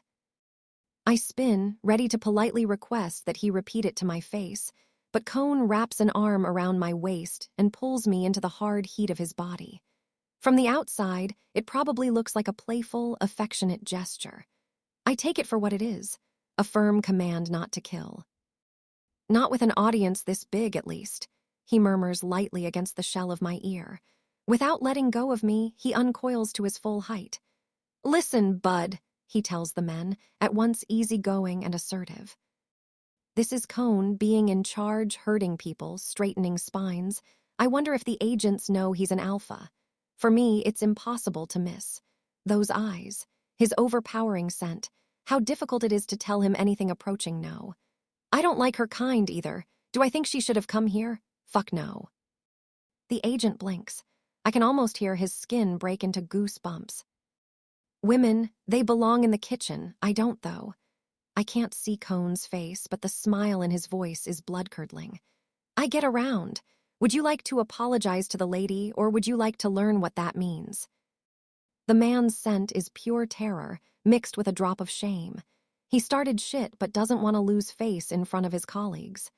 Is this a threat? If you have to ask, I must be doing something wrong. Cone shifts me and hooks me at his side. The agent's friend, older and clearly wiser, takes about 5 steps back and reaches for his weapon. So does every other person in the lobby. Cone ignores them all. You have 2 options, shitmuncher. You can apologize to the lady this very instant, or you can wait till later to be fucked up. Your choice. And don't worry, I won't be disappointed either way. I'm not afraid of your animals. Send them after me and see what. Whoa, highly offensive. Whatever have I done to make you think that I wouldn't kill you myself? Something in Cone's tone must alert the man that this is no joke. His throat bobs, his cheek ticks. After a few seconds of angry deliberation, he hisses at me, I'm sorry. My shoulders slump in relief. Not that hard, was it? Cone beams. He holds out his hand, grasping the other man's in a friendly, peacekeeping shake that lasts less than a second. Careful, buddy. Looks like you hurt yourself.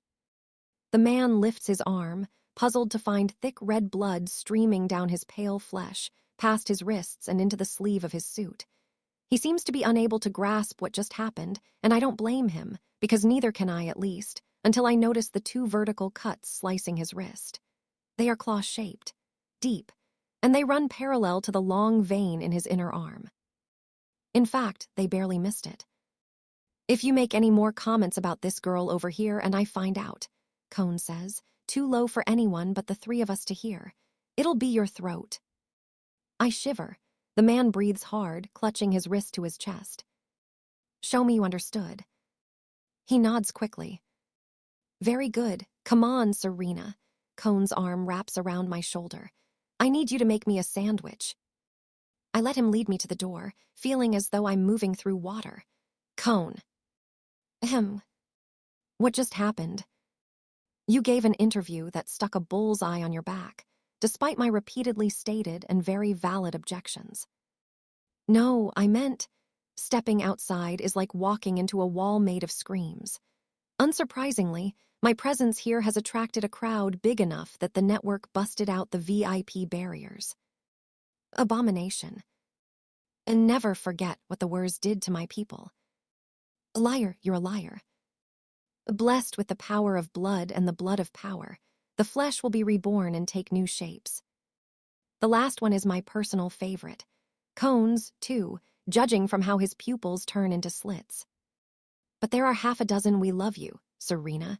You're so brave. You're still one of us signs. And I smile at their owners as Cone pushes me forward and opens the passenger door of the car for me. He grabs the edge of the roof to protect my head. When I slip onto the seat, he leans against the door and says into my ear, "You did good in there, killer." The shrieks, the interview, the man bleeding in the lobby, it all becomes background noise. I look up at him, don't bother hiding my smile. High praise. Didn't say you did great, he mutters, closing the door after me. We do have sandwiches for dinner, but Cone's the one who ends up making them, with a little help from Anna. Chapter 5. His seconds like her, they have from the very start. Traitors. Present day. I WAKE up, floating several feet above the ground, and promptly decide to go back to sleep. This is nice. I am, for once, not cold. My bed smells pleasant and woodsy, not at all like rancid nightmare sweat. The pillow is the perfect consistency. Everything about the situation is cozy and restful, and I see no reason to interrupt it until a worried voice pierces through my cocoon of joy. Please, tell me that she's sleeping and not unconscious. My eyes flutter open, and two realizations hit me. The person speaking is Amanda, Cone's closest second. And I'm very much not in bed. Cone is carrying me inside a cabin that doesn't look too different from the one in which I'd spent the last weeks, one arm hooked under my bent knees, the other cradling me to his chest.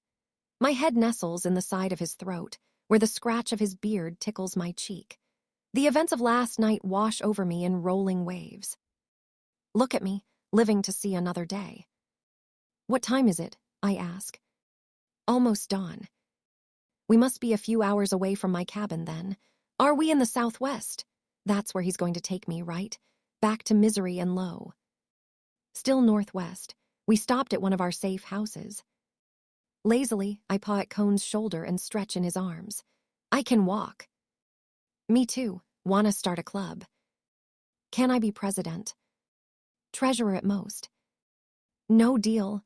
I yawn into the spot at the base of his neck, which causes his grip to falter first and then tighten. Seriously, you can let go of me. He does, but only because we've reached our destination. He deposits me on a worn-out but clean sectional and then proceeds to look down at me with a frown. You okay? He asks gruff. Anything feel loose inside?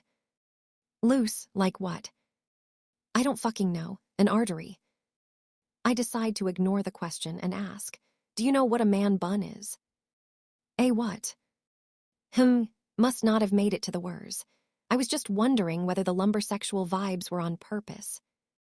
He scowls, leans down, cups my nape with one hand while the fingers of the other slide through my hair, now matted with sweat, mud, and Bob's blood. His grip is gentle, soothing. What are you doing? Feeling for a bump. Why?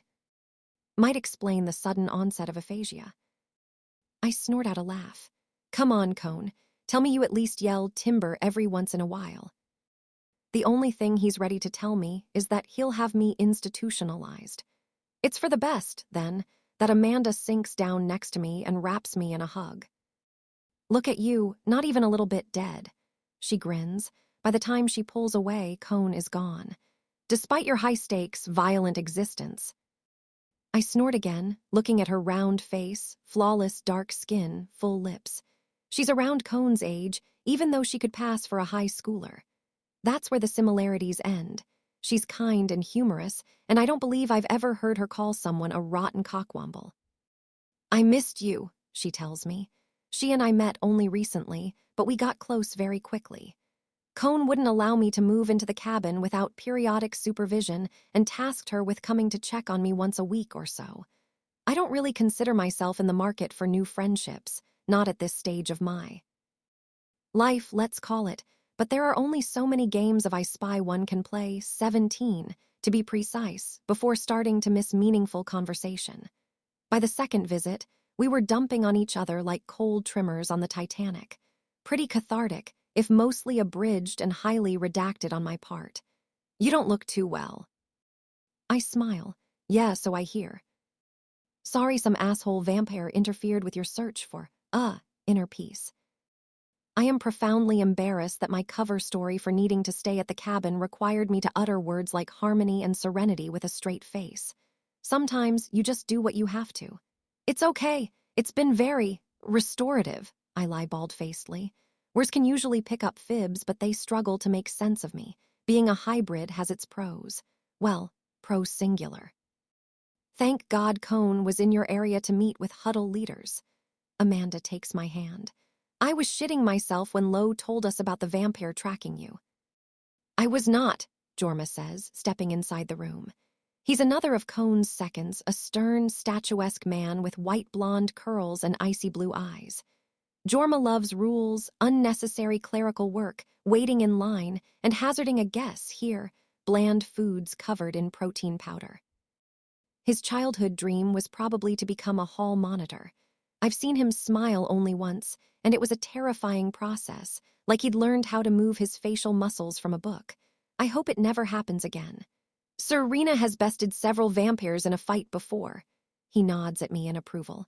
No reason to worry about her.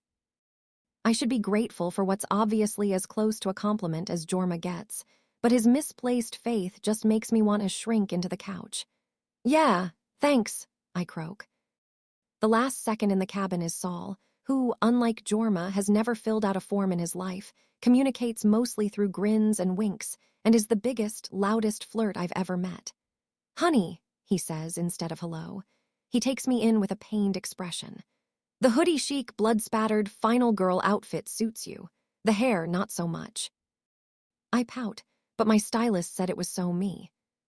You deserve a refund. He bends to kiss my cheek.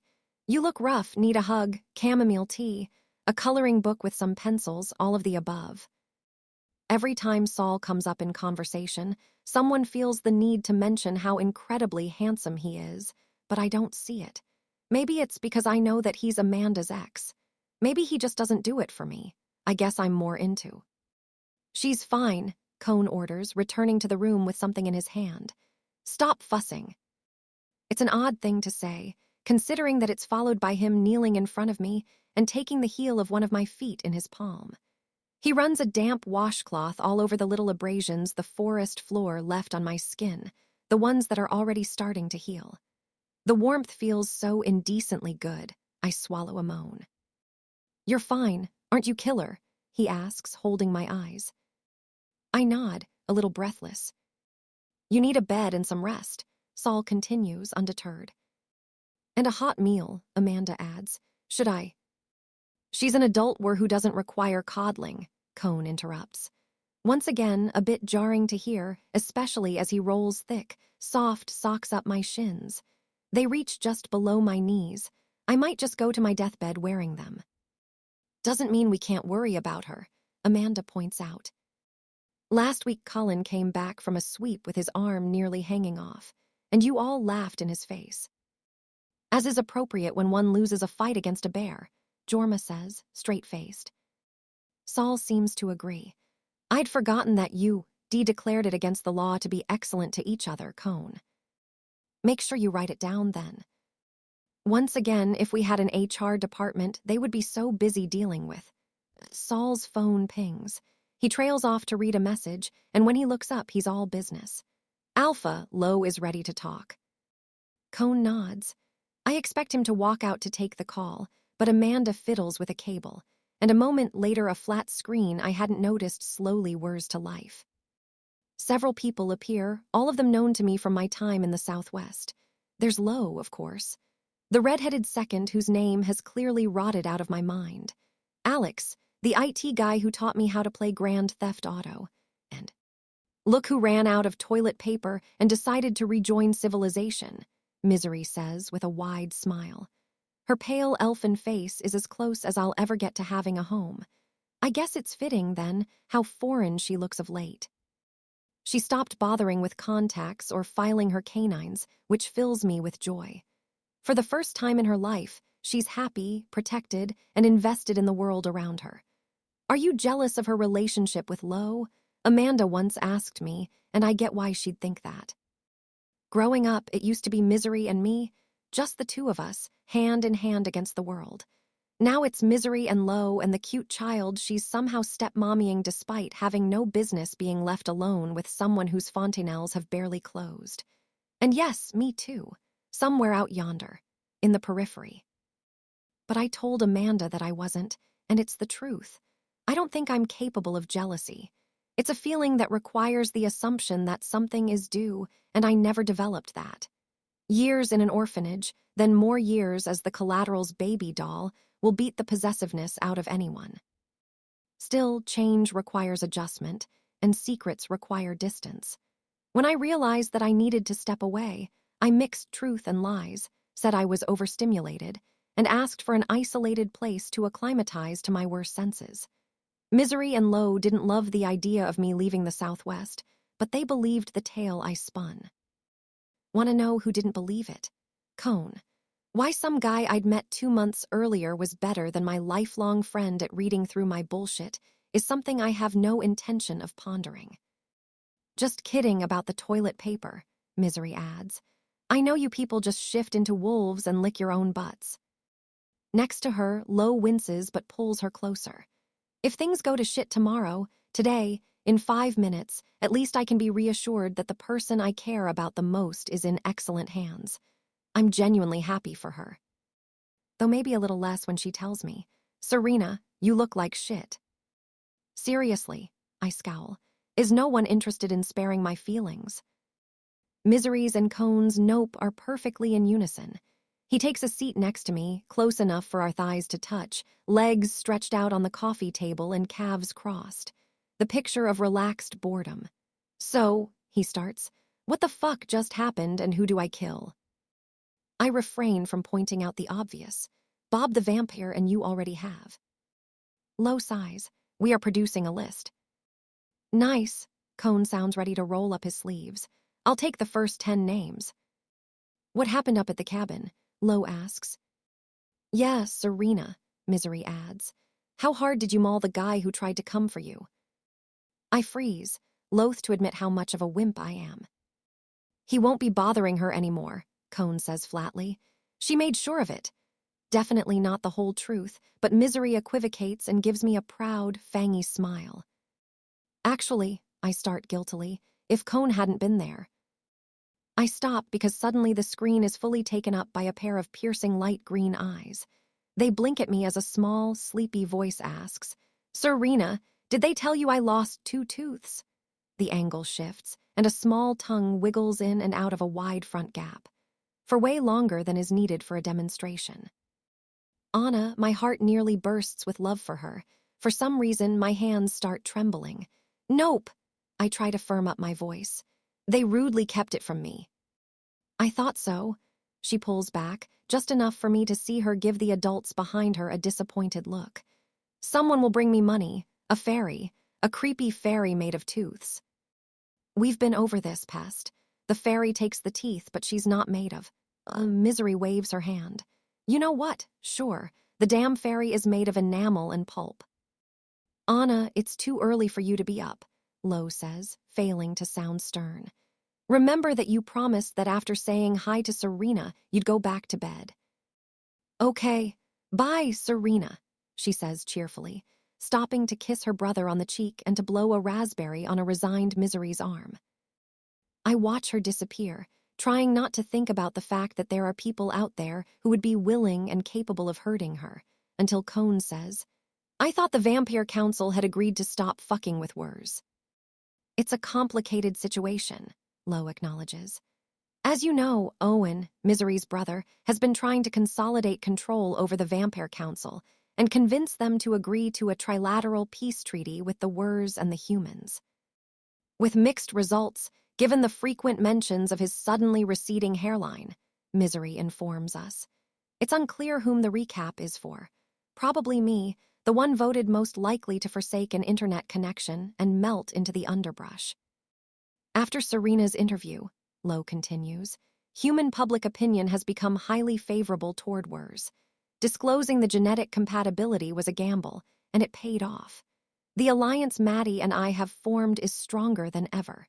Peaceful coexistence, demilitarized areas, softer borders, none of this would have been possible even 6 months ago. "And the vampires are feeling left out?" Saul asks. "The vampires have been invited to the playdate," Misery says. "But for interspecies alliances, the council needs a supermajority, and some members think it's all a trick to weaken their position in the southwest area." Cone snorts. "These crusty vampires really believe other species think about them that much, huh?" "That's exactly what I said," Misery points out. They share a look, brief but full of contempt.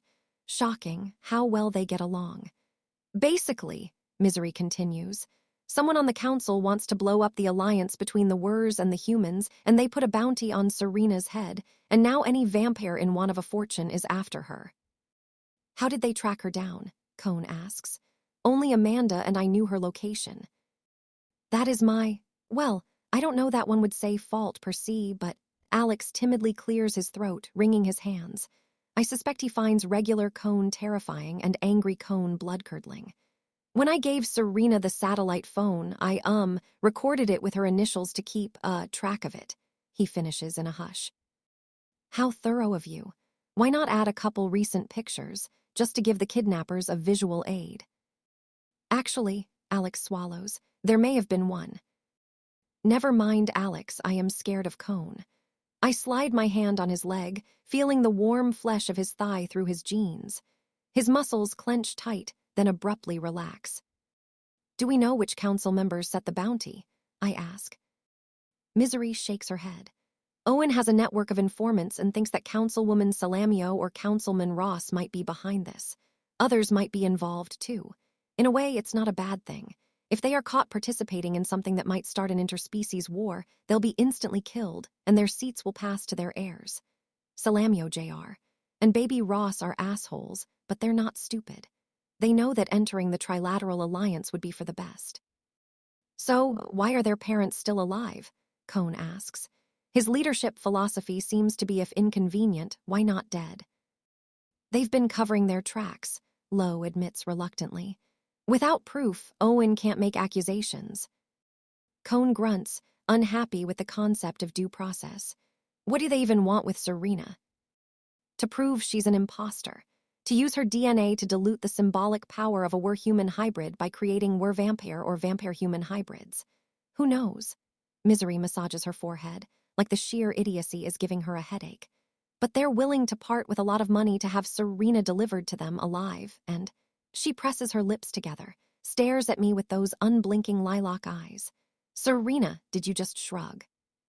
"What, no?" "She did," the redhead mutters. "I saw her too," Jorma says. "Yup," Saul. "Could it have been a shiver?" Amanda asks. Maybe I shrugged. I glare around the room, defensive. "Is it like against pack rules?" "It's just, you know," Misery gestures vaguely. "A weird reaction to have when someone tells you that there are hordes of financially strapped assassins after you. For one, they're not assassins. They want me alive so they can scrape DNA off the inside of my cheek and use it to grow baby werebananas.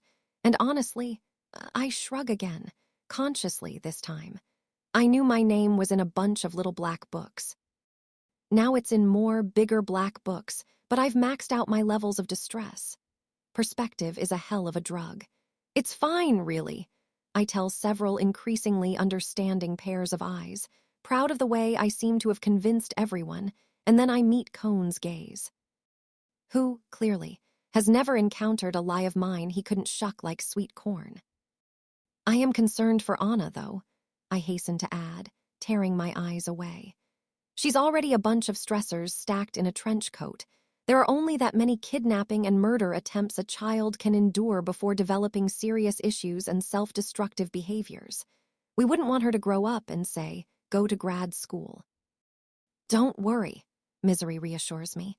Every day I drill into her that will be disappointed in anything but a DJing career. You're such a good role model. I know, right, Lo? Lo just looks exhausted, like he did every day of the weeks I spent at his house. In his defense, we are a lot. How did the vampires even learn about Anna? I ask. I thought her hybrid status was strictly on a need-to-know basis. It is, so far, only high-ranking Northwest and Southwest members and her physician know. And the vampires, they're not sure, Misery says. But they're hoping. Put yourself in their shoes. Someone offering a shit ton of money in exchange for a hybrid. You're a sure bet but hard to track and known for having disposed of multiple vampires. Anna's a child. Much easier to take. Serena, Lo interjects. The most important thing right now is to make sure that you and Anna are safe and off the radar. We're going to get you back to the Southwest by tomorrow, and... But that's a terrible idea. Once again, everyone turns to me, except for Cone, who keeps looking ahead as though I can't shake the impression that he knows what I'm about to say. Excuse me, Lo says. They're going to come back for me. They're not going anywhere near you, Cone mutters, arrogant and a little too certain. No one else can hear it, but my cheeks feel hot anyway. With a financial incentive that high, they're not going to give up. That's the point. Misery looks at me like she suspects that my brain fell off into a septic tank. They're not going to stop, and so we need to hide you away. No, you need to hide Anna away. She frowns. Anna, yes, and you. And I'm going to be hidden so poorly, it'll take them no effort to find me. I'm going to be in plain sight. I'm going to be such an easy target, it won't ever occur to them to expend resources to locate another hybrid. I smile. And when they come for me, we'll use them to figure out who's behind the bounty. Chapter 6. He's going to take her lies and peel them off one by one. Then he'll force her to show him what's underneath. MY perfectly reasonable plan. AIMEDAT preventing the slaughter of a very cute child who once pointed at a drawing of an antelope and asked me if it was a duocorn, is received less than marvelously. The protests are so vehement, I cannot help wondering whether they misheard me. Maybe they think I'm planning to hijack an SUV and run over the mother of newborn kittens. It would explain the full-throttle stream of objections, which includes words like unacceptable, low, death sentence, Saul, terrible idea, Alex. Must be the human half speaking, 'cause this sounds crazy, Amanda. And this feels wrong on so many levels, some of which must be legal, Jorma, as well as an additional assortment of grunts and protests. Misery, who's taking to being an alpha's mate a little too well, commands me to come to bed in the Southwest right now, without dinner. Wrong meal, Misery. Also, I don't take orders from the chick who once gave me toenail fungus. Shut up, acknowledge me as your alpha. Love, we've been over this, Lo murmurs, patting her knee. It's not how it works. And bring me gifts of gold, frankincense, and peanut butter. Misery, I've seen you flick boogers at passers-by. I was a child. You were 17. But she won't stop protesting and snarls that I'm too valuable, too important, too loved to be used as bait. God, what an inconvenient time for her to finally get in touch with her emotions. I'm not suicidal, I tell everyone, nor am I suggesting I walk unarmed into vampire headquarters. We can safely arrange to... I stop to hide a yawn in my palm, and that's when Cone declares the meeting over and stands. I'm taking her to bed. It speaks to his authority that not a single eyebrow lifts. My abused feet make contact with the floor, and I grit my teeth. Cone instantly picks me up, One strong arm snaked around my rib cage as he presses me to his side, toes dangling a few inches from the ground. It's undignified, and pathetically befits my status in life. "Once again, I am capable of walking," I murmur against his shoulder. His beard bristles against the tender skin of my temple, ticklish but pleasant. He runs much warmer than me. The wonders of genetics not split between species with wildly different baseline temperatures. I heard rumors but dared not believe them. He walks through the first door on the right. There is a bit of shuffling me in his arms, then he pulls back the covers and deposits me on a soft mattress between sheets that smell like lavender. "Show me tomorrow, after your souls have healed. It'll be the performance of a lifetime." I shiver at the sudden chill and pull the hem of his hoodie down my bare thighs. I feel once again that something about Cone, how imposing he is. The kind of menacing that colors the air around him for miles. It comes not from height and muscles, but from something else, something undefinable with human words, the only ones I have. Vocabulary. That's what stands between me and understanding Cone. Maybe with time, I tell myself. And then reply, "What time's Serena?" You get it, right? Why I want to take the attention off Anna. Downstairs, he didn't say much, just sat next to me, a quiet, dark center of intense energy. It's not that I want his approval, especially after he made it clear that he couldn't care less about mine. But the others' opposition to my plan is not rational. It comes from some soft place, deep within their bellies. Misery loves me, and so does Lo, if only for some spousal transitive property. Being in charge, though, means constructing complex trade-offs, and Cone is nothing if not in charge. "Yes, this is for you." He deposits a satellite phone I've never seen before on the nightstand and holds my eyes disapprovingly as he plugs the charger into the outlet. Shit, did he try to call to warn me about Bob earlier today?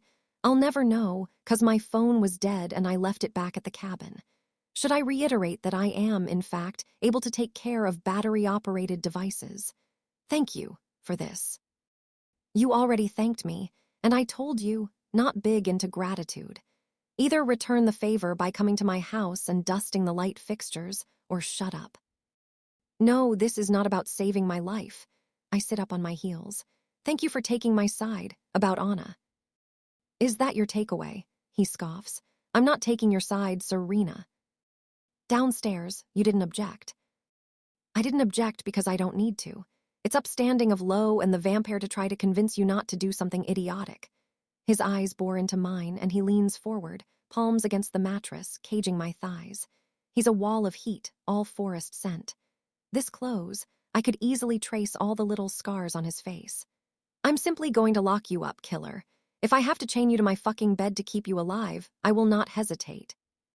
I refuse to cower backward. You really are a dick. Well, duh, his gaze clearly states. If you're into self-immolation and dying, I can easily arrange it for you. No need to involve other species. This is not self-immolation. It's a strategy, putting oneself in danger in order to gain something. Taking one for the team, like Misery did when she married Lo.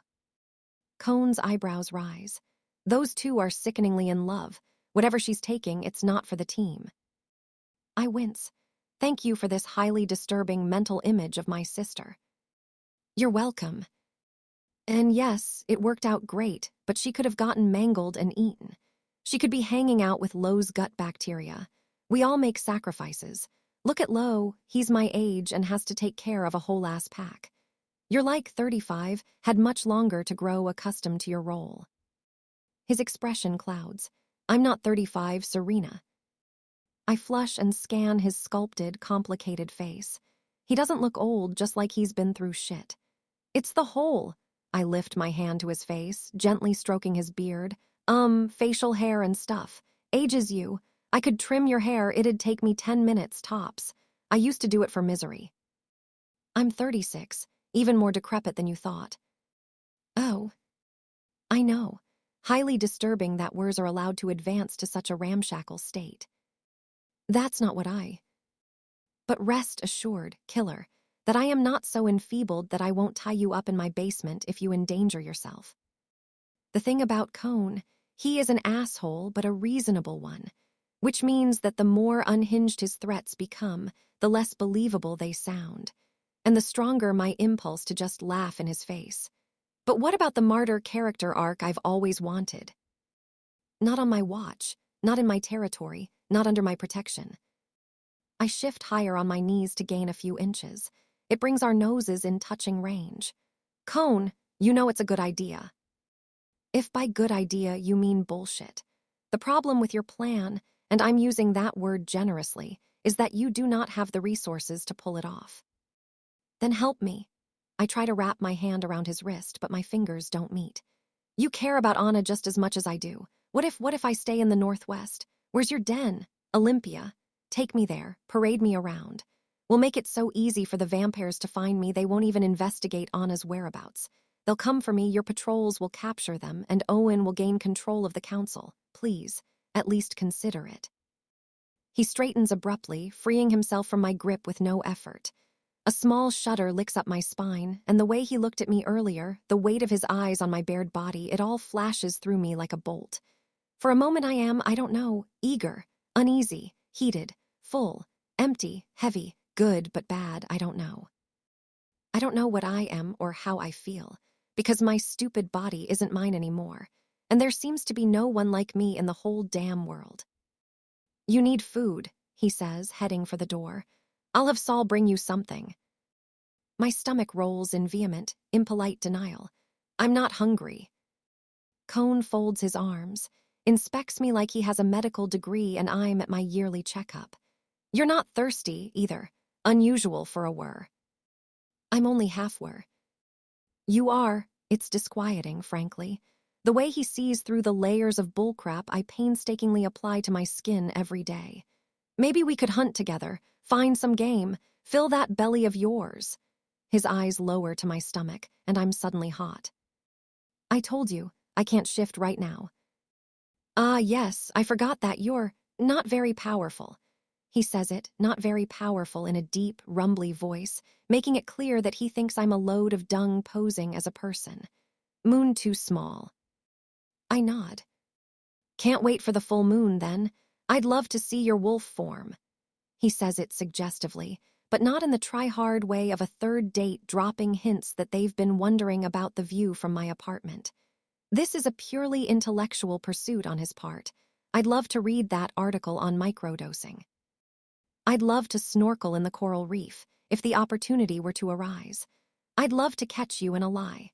Still, something twisted in my brain registers it as inappropriate and dirty and disturbing and glorious, and I have seen Cone's wolf form, the glossy black fur that reminds me of his hair, the large paws, that white tuft right on his chest, above the spot where his heart beats, the size of him. He is very much Cone at a level I cannot put in words. He could be standing next to a dozen identical animals, and I'd still be able to single him out. God, am I about to use the word aura? In the meantime, I'll have Saul bring you food, since you look so gaunt. I do not. Right, picture of health. I grin. No need to mince your words. Just say that I'm fugly, call it a day, and... Serena, he growls. His stare, the dull black of his eyes, is abrasive. Sands me down to the skeleton. Sleep. When you wake up, I'm taking you back to the Southwest. What?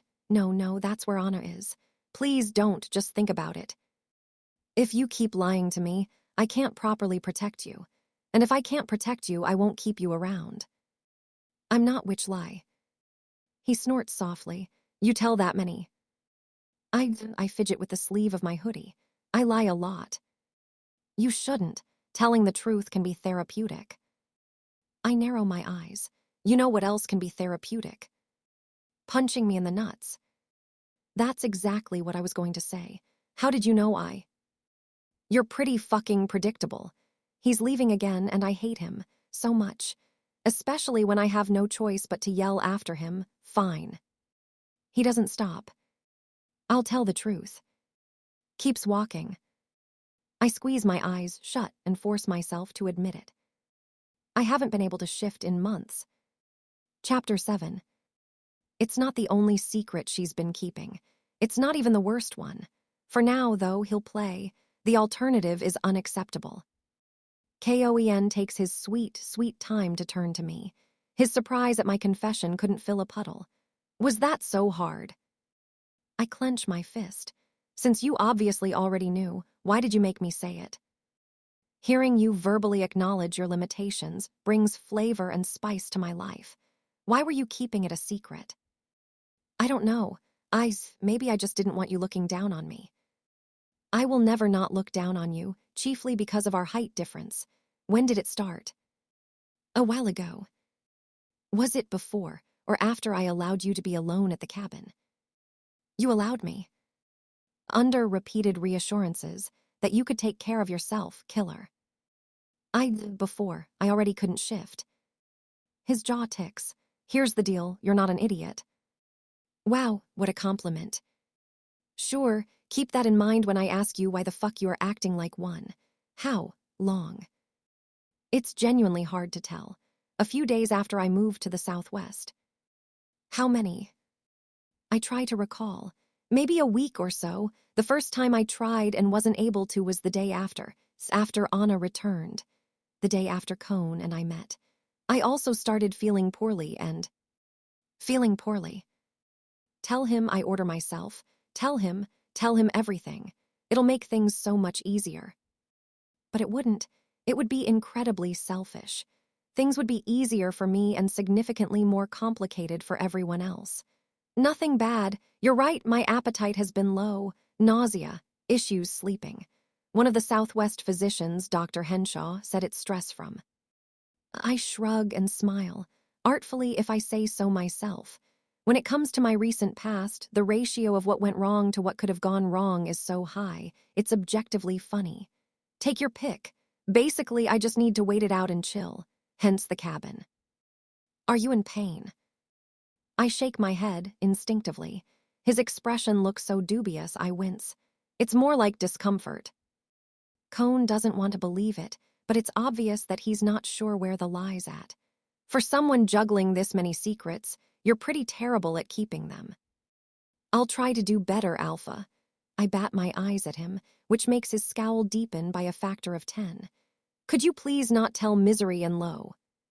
Oh, you're hiding shit from them too. I'm an equal opportunity liar. And really, it would just give them one more thing to worry about when Anna should be there. Priority, yeah, you've mentioned her. My craning neck weeps in gratitude when Cone takes a seat on the edge of the mattress. His posture is lazy, but his eyes stay sharp. Underwear custom, I cannot keep this from Lo. He's your alpha. Is he, though? I didn't go to the DMV to sign paperwork. To the what now? And I didn't take a blood oath. You said it yourself, that I have no pack. You are not an official member of any pack. You are, however, affiliated with the Southwest. The alternative is for worse society to deal with you as a rogue were, and you do not want that. I don't understand. Why does it matter? Correct, you don't understand. Where packs are not chummy extended families, killer. To safely set foot in a pack's territory, you'll need to be affiliated with that pack or with their allies. And if I'm not? He gives me a flat look that okay. Got that loud and clear. Can I change? If I were affiliated with the Northwest, then it would be okay for Lo not to know, right? That would make me your alpha. Would you mind that? He stares like I'm trying to sell him a pouch of magic beans. To be clear, I know that I'm being played. I'm just allowing it because I love the idea of telling you what to do that much. I cannot help my smile. Very well, deal, now that I'm officially a Northwesterner. Not a name we go by. In the name of alpha member confidentiality. Which doesn't exist. I ask you to please not tell Misery that I don't know, regressing to my human self. She already has plenty to be nervous about. I chew on my lower lip for a moment. Will you take me in, then? It'll ease the pressure off the Southwest, and I feel safer when I'm with you. His tongue prods at the inside of his cheek. You do. I nod, wondering why it's the truth. I'm sure Lo and his seconds are just as capable. They may even have more of an incentive to protect me since, well, Lo has never felt the need to remind me that the part of him that matters could never be interested in me. Yeah, I do. Well, that's too bad, because I don't want you to feel safe. You do. Glaring, he leans toward me, full of something vicious that I cannot name. I want you to be scared shitless, Serena. I want you so fucking terrified of me, you won't even dream of not doing what I say. I want you to feel like your soft little throat is in my hands, and I want you to be so afraid that I'll tear into it that when I tell you to do something for your own fucking safety, you won't consider saying anything but yes, Alpha. The last words are hissed just inches from my face, the puff of his breath hot against my cheek, and the thing is, he is terrifying. He could carve me open like an overripe pomegranate, and he's definitely capable of forcing me to do whatever he wants. I've seen the way even his seconds look at him, love and trust and respect mixed with circumspection. I've heard low and misery whisper their worries. I am aware that there is an edge of unpredictability to Cone. And yet the only response I can muster to his threats is a small, apologetic smile. He didn't ask for me to be his mate. I didn't ask to be a hybrid, and yet here we both are. I cannot help myself. I lift my hand, and with the backs of my fingers I stroke the skin of his cheek. It's the lightest touch, barely anything, but it sends currents trembling down my arm, clamoring for more. Cone's muscles tense, and he flinches from my touch. With a roll of his eyes, he unfolds away from me, and cold seeps back into my bones. You're such a fucking nuisance, he murmurs almost softly. I know, I press my lips together. Thank you again for... Serena. I know, but I have to say it and... Just mulch Saul's rose beds and we can be even. He spins on his heel. Is he leaving? Are you going to bed? I ask after him. After I'm done. He doesn't specify with what. Where will you be sleeping? There are half a dozen beds in this cabin. What a non-answer. And on top of thank you, he must also not be big into good night, because he opens the door and... Cone. He stops, turns to me with an expression that's equally patient, insulting, and dismissive. The quintessential alpha has shit to do look. Just, I swallow, the mate thing. His face doesn't move a millimeter. His biological predestination to want sex with me seems to interest him less than the favorite yogurt flavor of the 15 to 21 demographic. The rest of your pack, do they know? He shrugs, one-shouldered. Truly, he does not give a shit about the stuff I spend my nights overthinking. Everyone does. You didn't. It's not a secret. We made sure everywhere knew, Serena. Oh, why? No sane where we'll touch you if they think you're important to me. If they think.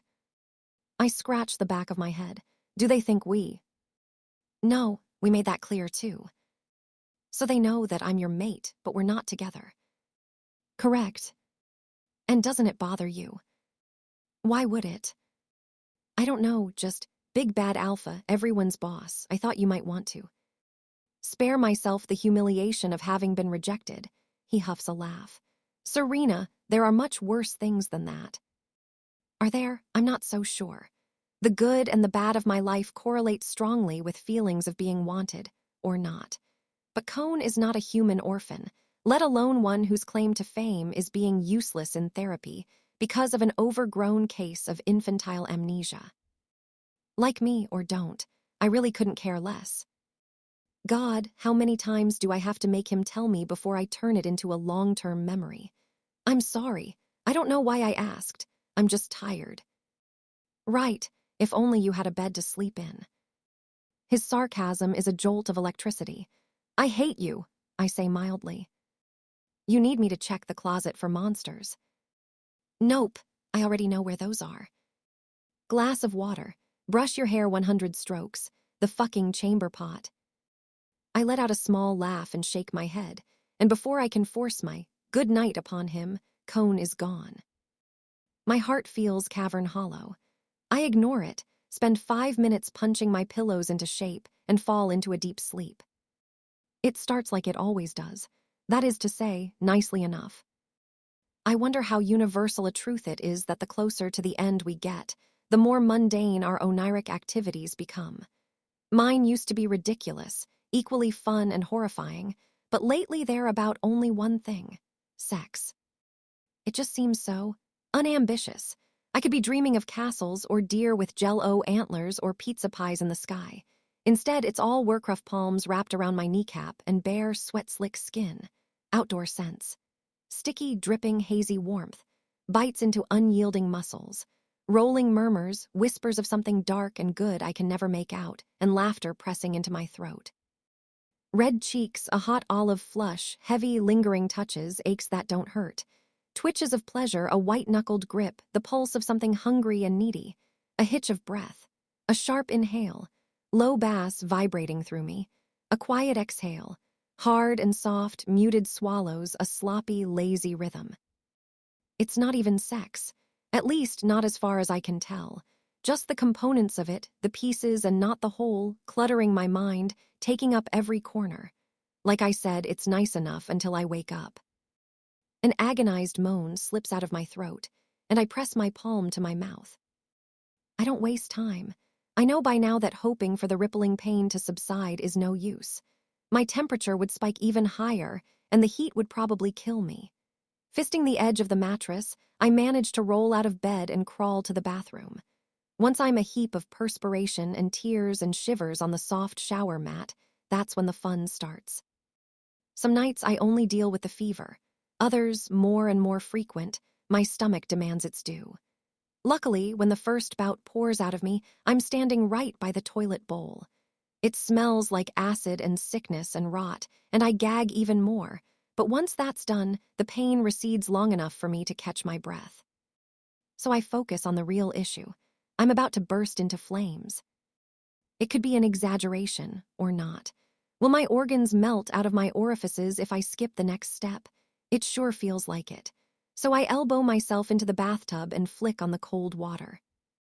The first cool splash against my sizzling skin always has me sighing in relief, but it's ludicrously short-lived. It'll get better, though. Once I'm neck deep, I'll stop feeling like a small, violent mammal has crawled inside my abdomen and is gnawing at my flesh while breathing fire. For now, though, my heart hammers against my rib cage, my body arches and contracts, and I swallow the pain of 100 bones crumbling. And since it's all I can do, I sit, bury my face in my knees, and wait. Chapter 8. She calls him out of the blue. He hasn't saved her number, but it's etched into the hidden layers of his skin. I need a favor.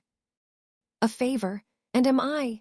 He stops and briefly covers the phone's mic with his palm to tell Jorma that yes, he did sign whatever the hell was on his desk this morning.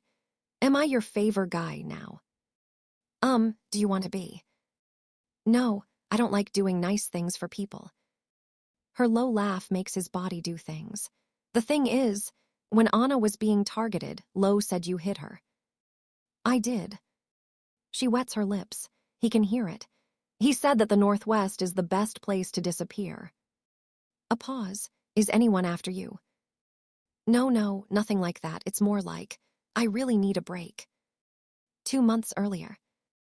Southwest Territory. Kinda disappointing. How little difference there is between human and were physicians' offices. I probably should have known. When I asked Lo if the Southwest had a holistic healer I could see, or something, he looked at me with his resting I must have drop-kicked a lot of puppies in my past life to deserve this face, and said, we do. We call them doctors. They have degrees and such. Clearly, I'm the problem here. The first time misery brought me into vampire territory, I expected capes with standing collars, scarlet velvet, a menagerie of aloof Mexican free-tailed bats. Instead, I found commercial buildings and suit-wearing finance bros who crowded the elevators and screamed into their phones as though their lives depended on cryptocurrency. Even Owen, Misery's twin, was less like a demonic scion of darkness and more of a lost, indolent fuckboy with daddy issues. Then again, my impression of him might be influenced by the fact that he hit on me relentlessly, from the moment I entered the nest till the second I stepped out. I never told Misery, and I'll bring this to my shallow grave.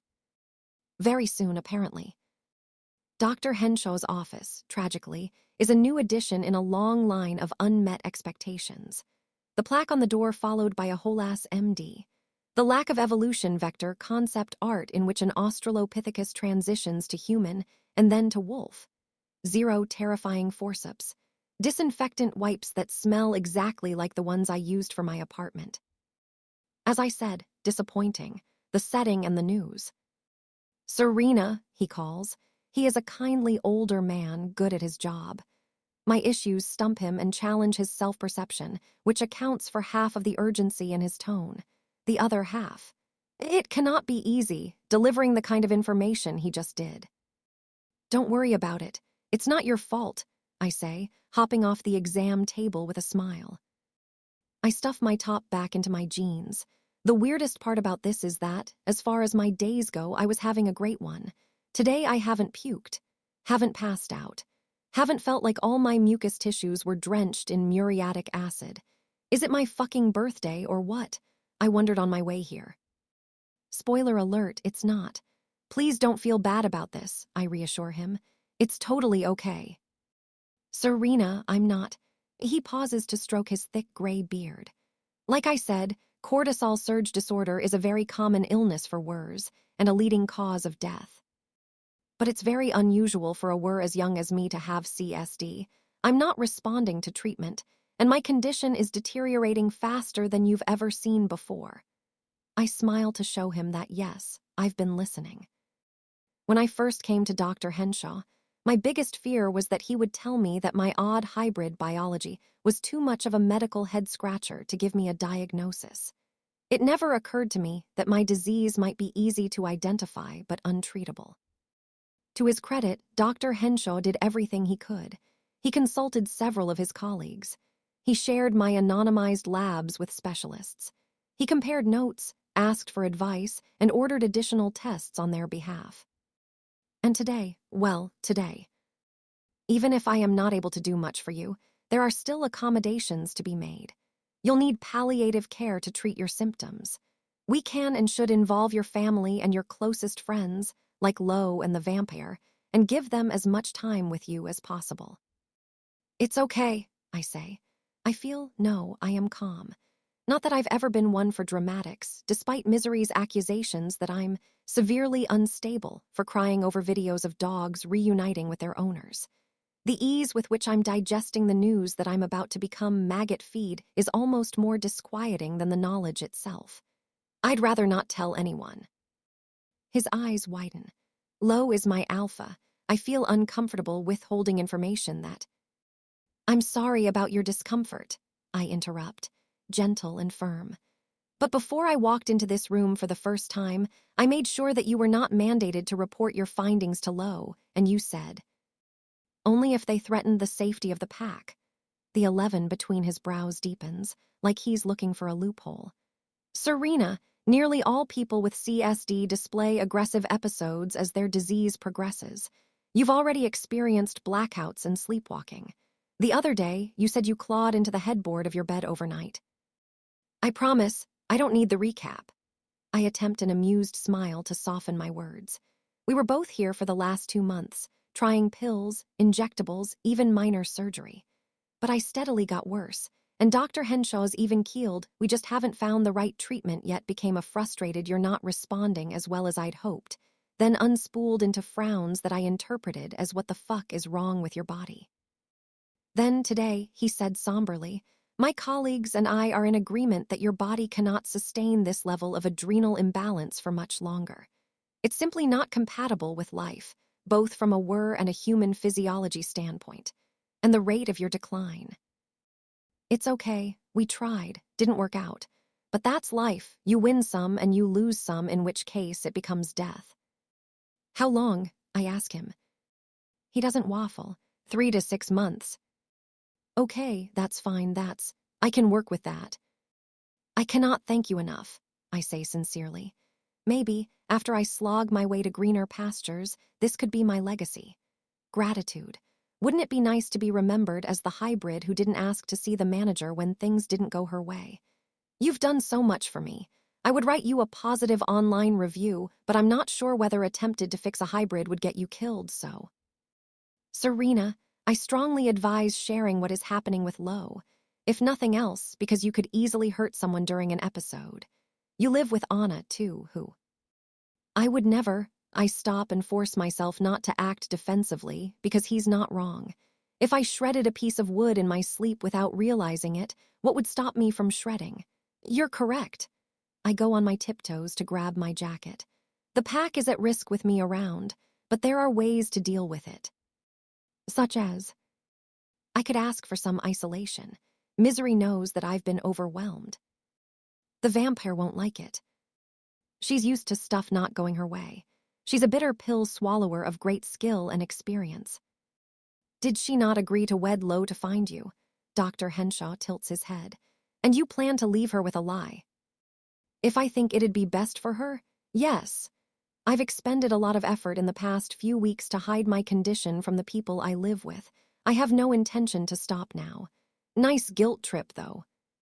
It was worth a try. I grin at him, wondering when it will sink in that I'm about to die. The atoms that make me will be eaten by worms and turn into fungi and undergo redistribution within the universe. Why do I feel so little? My medical records through the years, the ones I gave you, you still have them. He nods. After feel free to make copies and share them with whoever you want. They'll come in handy as Anna grows up and my voice cracks. For the past decade, I've refused to let my circumstances define me. Fuck being an orphan or poor or the collateral's lady in waiting. Fuck being a victim. Fuck navel-gazing and wallowing in my wretchedness. And then I met Anna, who's an orphan and a hybrid. She's everything that I used to be, and the compassion I've never been able to extend to myself overflows whenever I think about her. Whoever intends to hurt her will have to crawl over my cold, rotting corpse. Literally, perhaps. Mine is a illness and likely has nothing to do with me being hybrid, I tell the doctor. But my medical history might help if Anna ever runs into issues, and I did tell you that I'm happy to donate my body, right? Make sure you, dissect me and all, to learn. Serena, Dr. Henshaw's light eyes search mine. You should not forgo palliative care. If the pain gets too bad, I'll come back to you. But you know I've been surveilled my entire life, all because of my biology.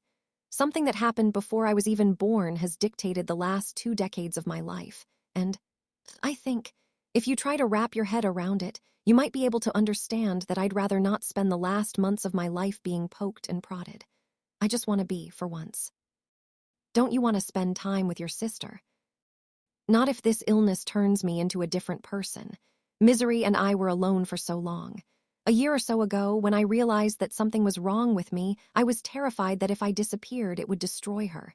And the thing is, it will when it happens, but she has people that'll help her pick up the pieces now. I smile. It's heartfelt. That's the biggest gift I could ask for. I wrap my hand around the door handle, ready to leave, when Dr. Henshaw asks, "What about the Northwest Alpha?" "A beat. What about him?" "Are you not his mate?" I look at him over my shoulder. He won't care, it's only hormones, sex. The doctor cocks his head. I highly doubt that's true. Cone's a grown man. I blink, feeling a burst of anger. I cannot worry about Cone. I need to make sure that Misery and Anna are safe and taken care of, and does Dr. Henshaw not get it? He can handle wanting to fuck someone and being told no, I say, voice acid with worry and something that feels too much like regret. If he can't, that's his problem. I walk out, pretending not to hear Dr. Henshaw tell me that if that's the impression I'm under, either I was lied to, or I'm lying to myself. Chapter 9. Jersey's only question is, "Are you sure?" He shakes his head, because no, of course he is. I hope I'm wrong about her. And if you are, Carolina asks. It changes nothing. Present day. In the afternoon, I hobble downstairs wearing a thick sweater and rolled up sweats that belong to someone much more vertically gifted than me. My headache pounds through the roof of my mouth. I feel thoroughly banged up. Whether it's from playing hide-and-seek with Bob the Vamp, from sleeping in a bed of ceramic, or from the simple curse of living in my unpredictable sack of meat, I have no clue. Look at me, spoiled for choice. What is your preferred morning upper? Amanda asks with a wide smile when I find the kitchen after some wandering. Coffee, tea, methamphetamine. I lift my eyebrows. Is that a common breakfast option in where B and BS? I could synthesize some real quick. She's joking, I think. Not sure. Faced with proof of the existence of stuff like biologically mandated mates and hybrids and the legality of child beauty pageants, it's hard to discount. Anything. I'm a single internet rabbit hole away from becoming a hollow earther. I'm good, thanks, trying to avoid stimulants. Where did Cone go? I woke up deeply aware that he wasn't around, not in the house, not roaming the woods outside, not anywhere nearby. I'd say GPS tracking is a worse superpower, but mine doesn't extend to anyone but him. Off having a chat with a few of the huddle leaders. Aren't you a huddle leader? Me, oh, because I'm a second. Nope. But that's how it works in Lowe's pack, right? I think so, yeah. I take a seat and hug my legs to my chest. The temperature is chilly, though one wouldn't be able to guess from Amanda's shorts and tank top. Clearly one of us is a real world's easiest find the intruder. How do you guys do things? I ask, then rush to add, if you're allowed to tell me. Of course I am. You're one of us. She reaches across the table, briefly covering my hand with hers. Her flesh against mine feels so intensely wrong. It's all I can do not to free myself in repulsion, a totally appropriate reaction to a kind gesture. I've never been particularly physical, but this hormonal stuff is making me as avoidant as misery. Our pack is divided into geography-based huddles, just like the Southwest, but being a huddle leader doesn't translate to becoming one of Cone's seconds. Then are the seconds elected separately. Elected, she slaps the table. We're seconds because Cone wants us to be, period. We do things a bit differently here, less democracy and more despotism. Her grin is unapologetic. The Northwest is made up of 5 peripheral huddles and a core. The 5 huddle leaders make up the assembly, which is a council of sorts. They bring their territory's needs to the alpha, advise him, keep him in check, that kind of stuff. If you have the assembly, why do you still put up with an alpha? She chuckles. We're not humans, Serena. We are biologically hardwired to coalesce around a worthy figure. She tilts her head at me. You're a not a full one maybe, but you feel it too, don't you?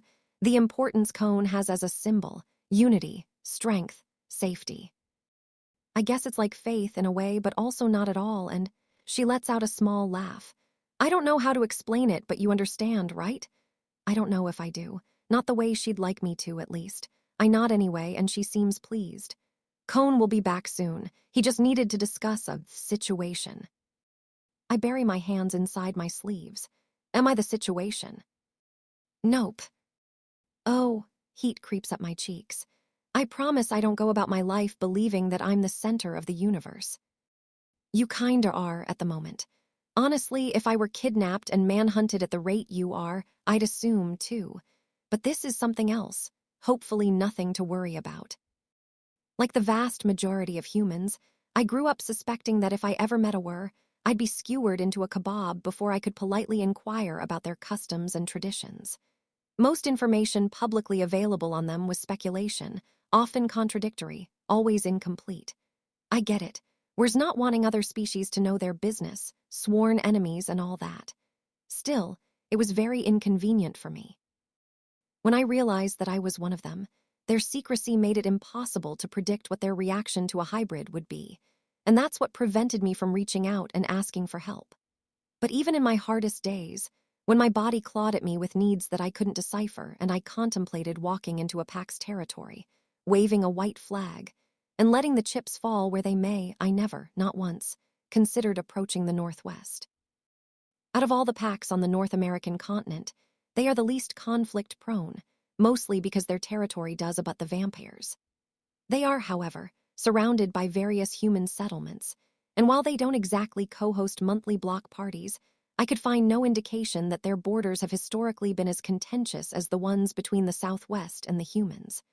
The Northwest pack has perfected the art of, as Cone would put it, minding their goddamn business. And yet any mention of them induces brick-shitting, in humans and in their own kind. It's the zero-strike policy Alex told me while I was staying at Misery. She and Lo would frequently disappear to do newlywed things that, in my humble experience, should have taken no longer than 15 minutes. Alex noticed me listlessly wandering around the garden and graciously took me under his wing for a couple of remedial history lessons.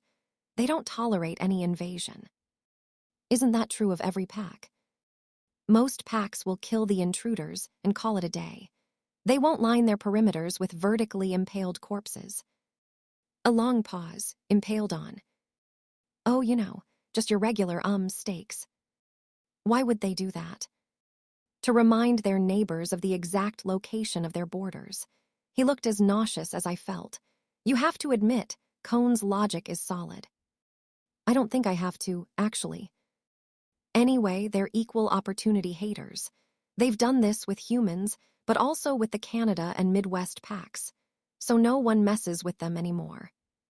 So nice to discover that the dude who told me I was his mate was impalement happy. Cohn and Lowe are allies, though, I said, to soothe myself. Yup, the North and Southwest were never enemies, but they became close allies because Cohn's aunt was the mate of Roscoe, our former alpha. When Lowe turned 12 and started feeling a bit too alpha for Roscoe, Roscoe sent him to the Northwest. An exile in everything but name type of deal. And Cohn took him in. Yeah, basically raised him. Rumor has it that Cohn didn't want to play nanny, but it was obvious that Lowe would one day be alpha, and he couldn't let him become too fucked up. Alex laughed, but I wasn't so certain that Cohn had been joking. They're different, though, I mused. Lowe is much more about diplomacy and less about impalement. They are, but I was in the Northwest for several months a couple of summers ago, doing some IT work. I get why Cohn's considered a great alpha. By whom, I asked skeptically. Himself. It was important to me that Cohn Alexander was a mediocre. Man were alpha. My pride and self-respect were at stake. Everyone, really. He reunited the Northwest after the pack had splintered into different factions. All of a sudden, I could see the faint green undertones of Alex's skin. He smelled warm and nervous and scared. By the way, I heard about the mate thing. Yeah. What an unfortunate direction for this chat.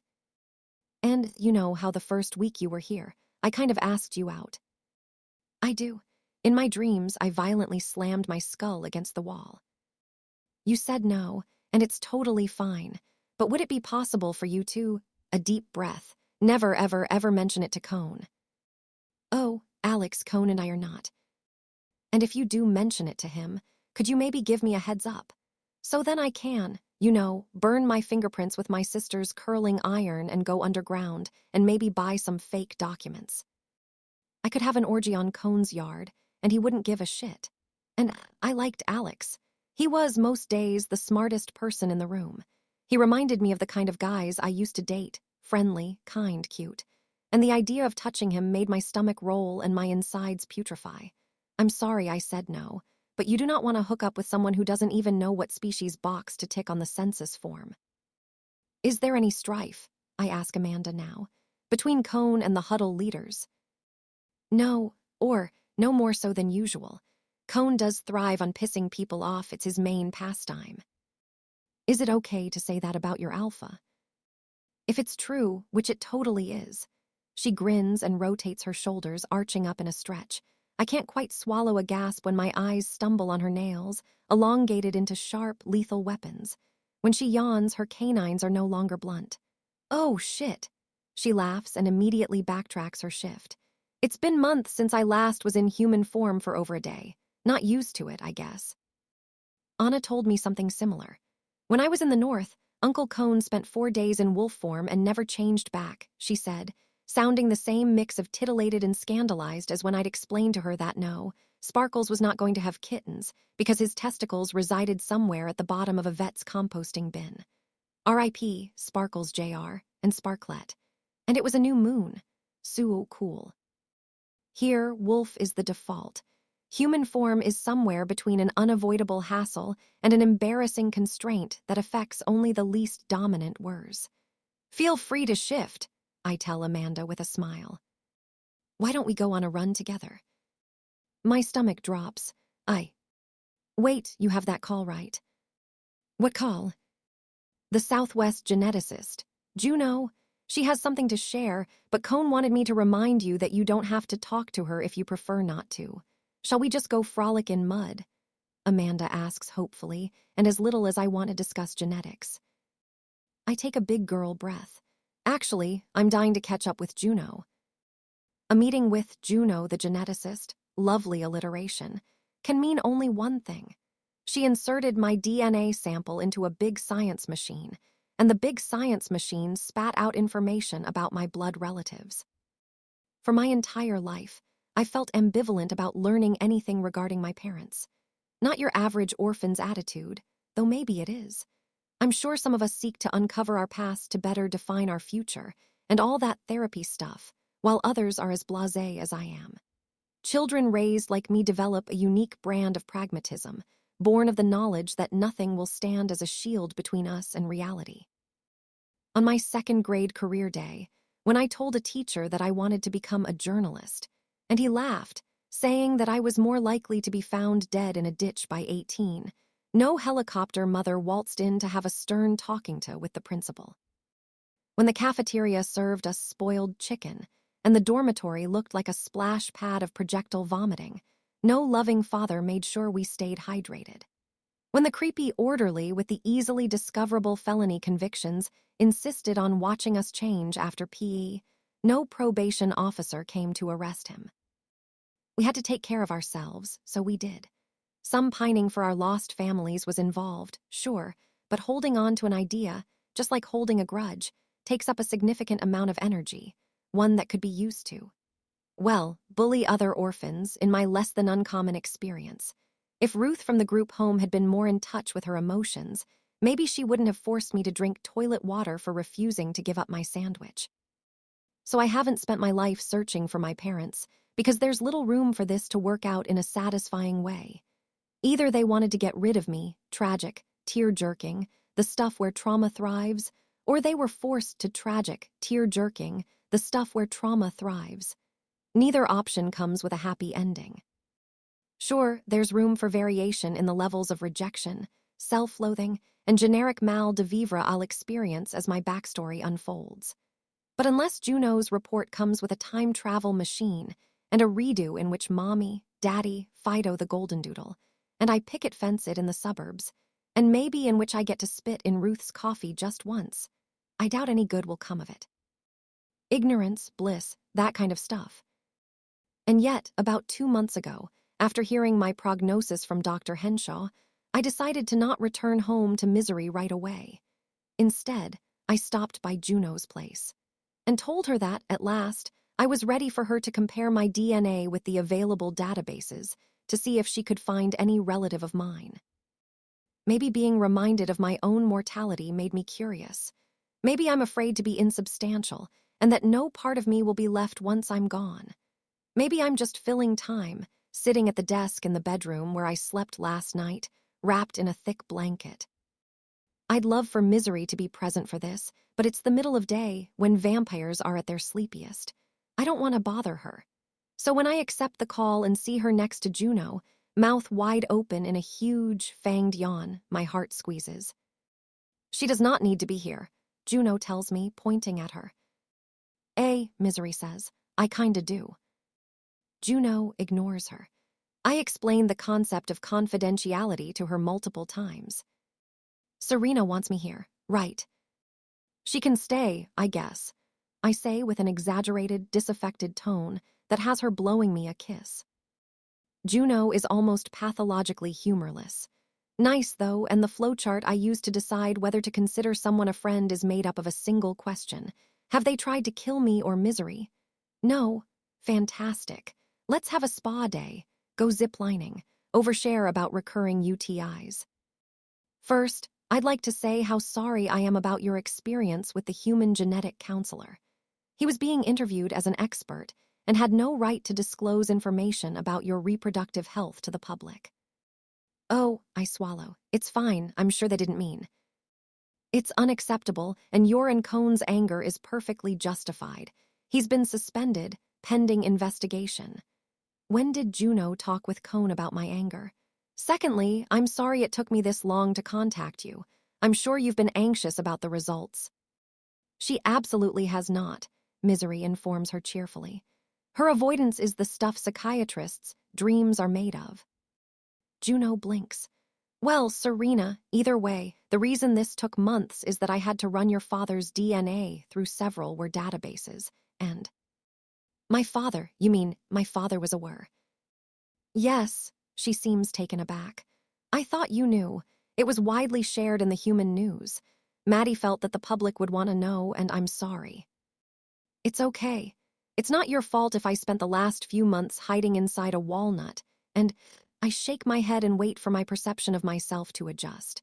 I never fully articulated it, but somewhere, in a corner of my mind made up of no words and many, many vibes, I assumed that the were was my mother. Probably because that's the case with. I'm not like her, I say. The relief is a physical, tangible thing. Not like who? Anna. Juno nods. Indeed. Does it mean that? Does it mean that we'll have different outcomes, too? Outcomes of what?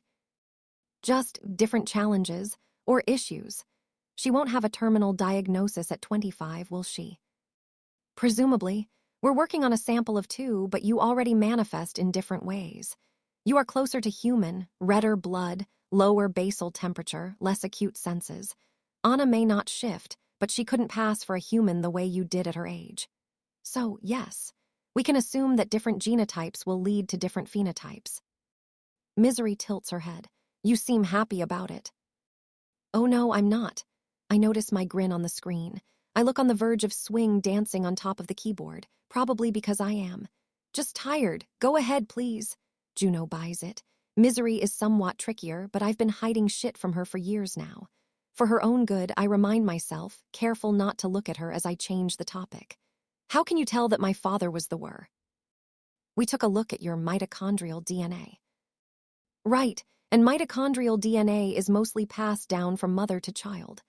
Noticing Misery's thunderstruck expression, I ask, what? Nothing. Just look at you, being all sciencey. I had a mandatory biology class in college. And you retain knowledge from that low C. Stay out of my transcripts. But they're such a riveting bedtime read. And it was a C+. You woman in STEM.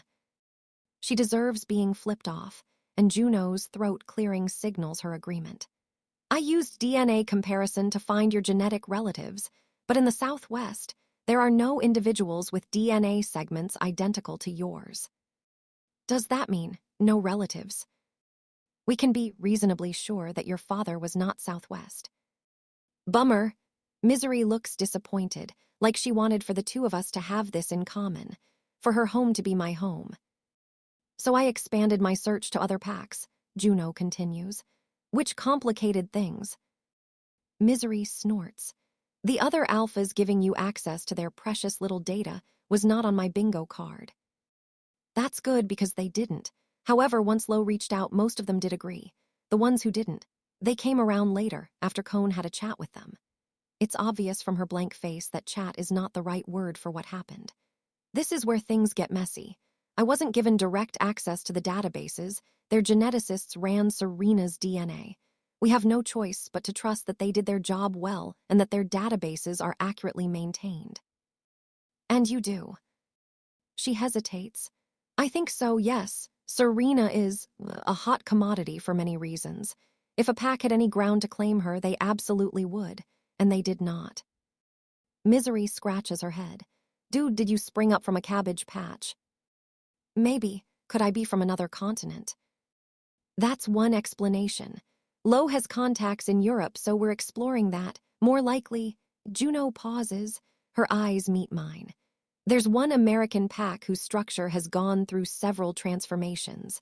Most of its records were lost. Okay, and will you tell us which pack that is, or? No need. I interrupt Misery because I already know.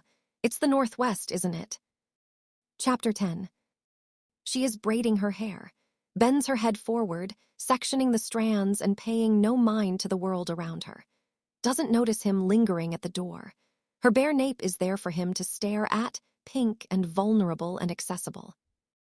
It's so flagrantly indecent. He must excuse himself. ITS Misery, who asks the only sensible question. How do you lose a genetic database? I mean, Cone's temperamental and all that, but even he wouldn't just misplace. Destroyed is a better word for it. I believe it was an accident. What kind of accident? Juno hesitates just a fraction of a second. A fire, I think, 20 years ago. I remember what Alex told me. Does this have anything to do with the fact that the Northwest was divided into different factions? I'm sorry. Another infinitesimal pause. I don't know much about the circumstances. I exchange a wordless glance with Misery, who picked up on the same offbeat vibes. What about my mother? The word sounds disturbingly odd in my mouth. Do the humans have databases? Nothing as thorough as ours. Their registries are mostly opt-ins, biotech companies that offer personalized screening. That covers a small percentage of the human population on this continent, but I'll try. I scratch the side of my neck, weighing my options, taking the temperature. I'm disappointed more than I thought I'd be, but it's fine. I don't need to know. Serena, I realize that this is a sensitive question, but Misery mentioned that you do not remember much from your childhood. Is that true? I nod. Is there anything about your earliest memories that might help us refine our search? Not really, no. I barely. What's your name, honey? Do you know how we can get in touch with your parents? She'll be in the car for several hours. Let's make sure she's not conscious for that. Are you stupid? I hate the dumb ones.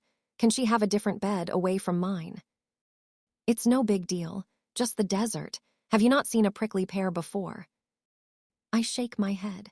I started linearly encoding my childhood memories when I was 7 or 8, but I have some spotty recollection from before. The earliest is being in Paris, a small human town north of the city. It was April, and they estimated my age at about 6.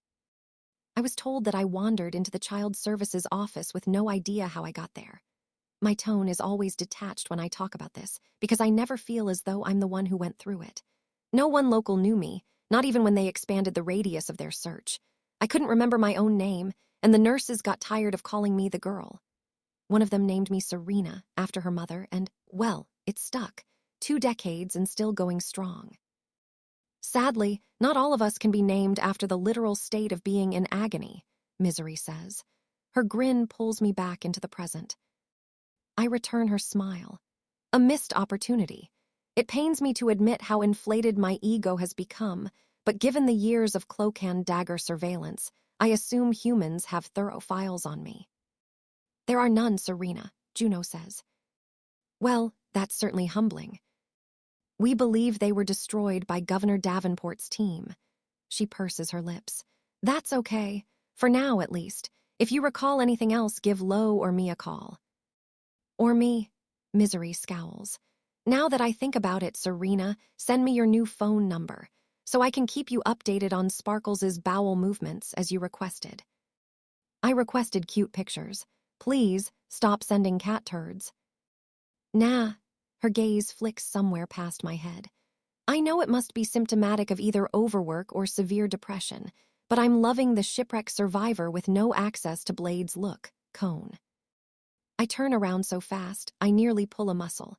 Cone is behind me, standing at the door. Be good, vampire, he tells Misery, in that affectionate tone that he uses only with her and Anna. It should be at odds with his usual orneriness, but somehow fits him like a glove, and sends odd pangs to my chest. I bet he does care, whether they like him or not. I'm never good, Misery replies, and a beat later I hear the video call being shut down. How long have you been here? I ask him.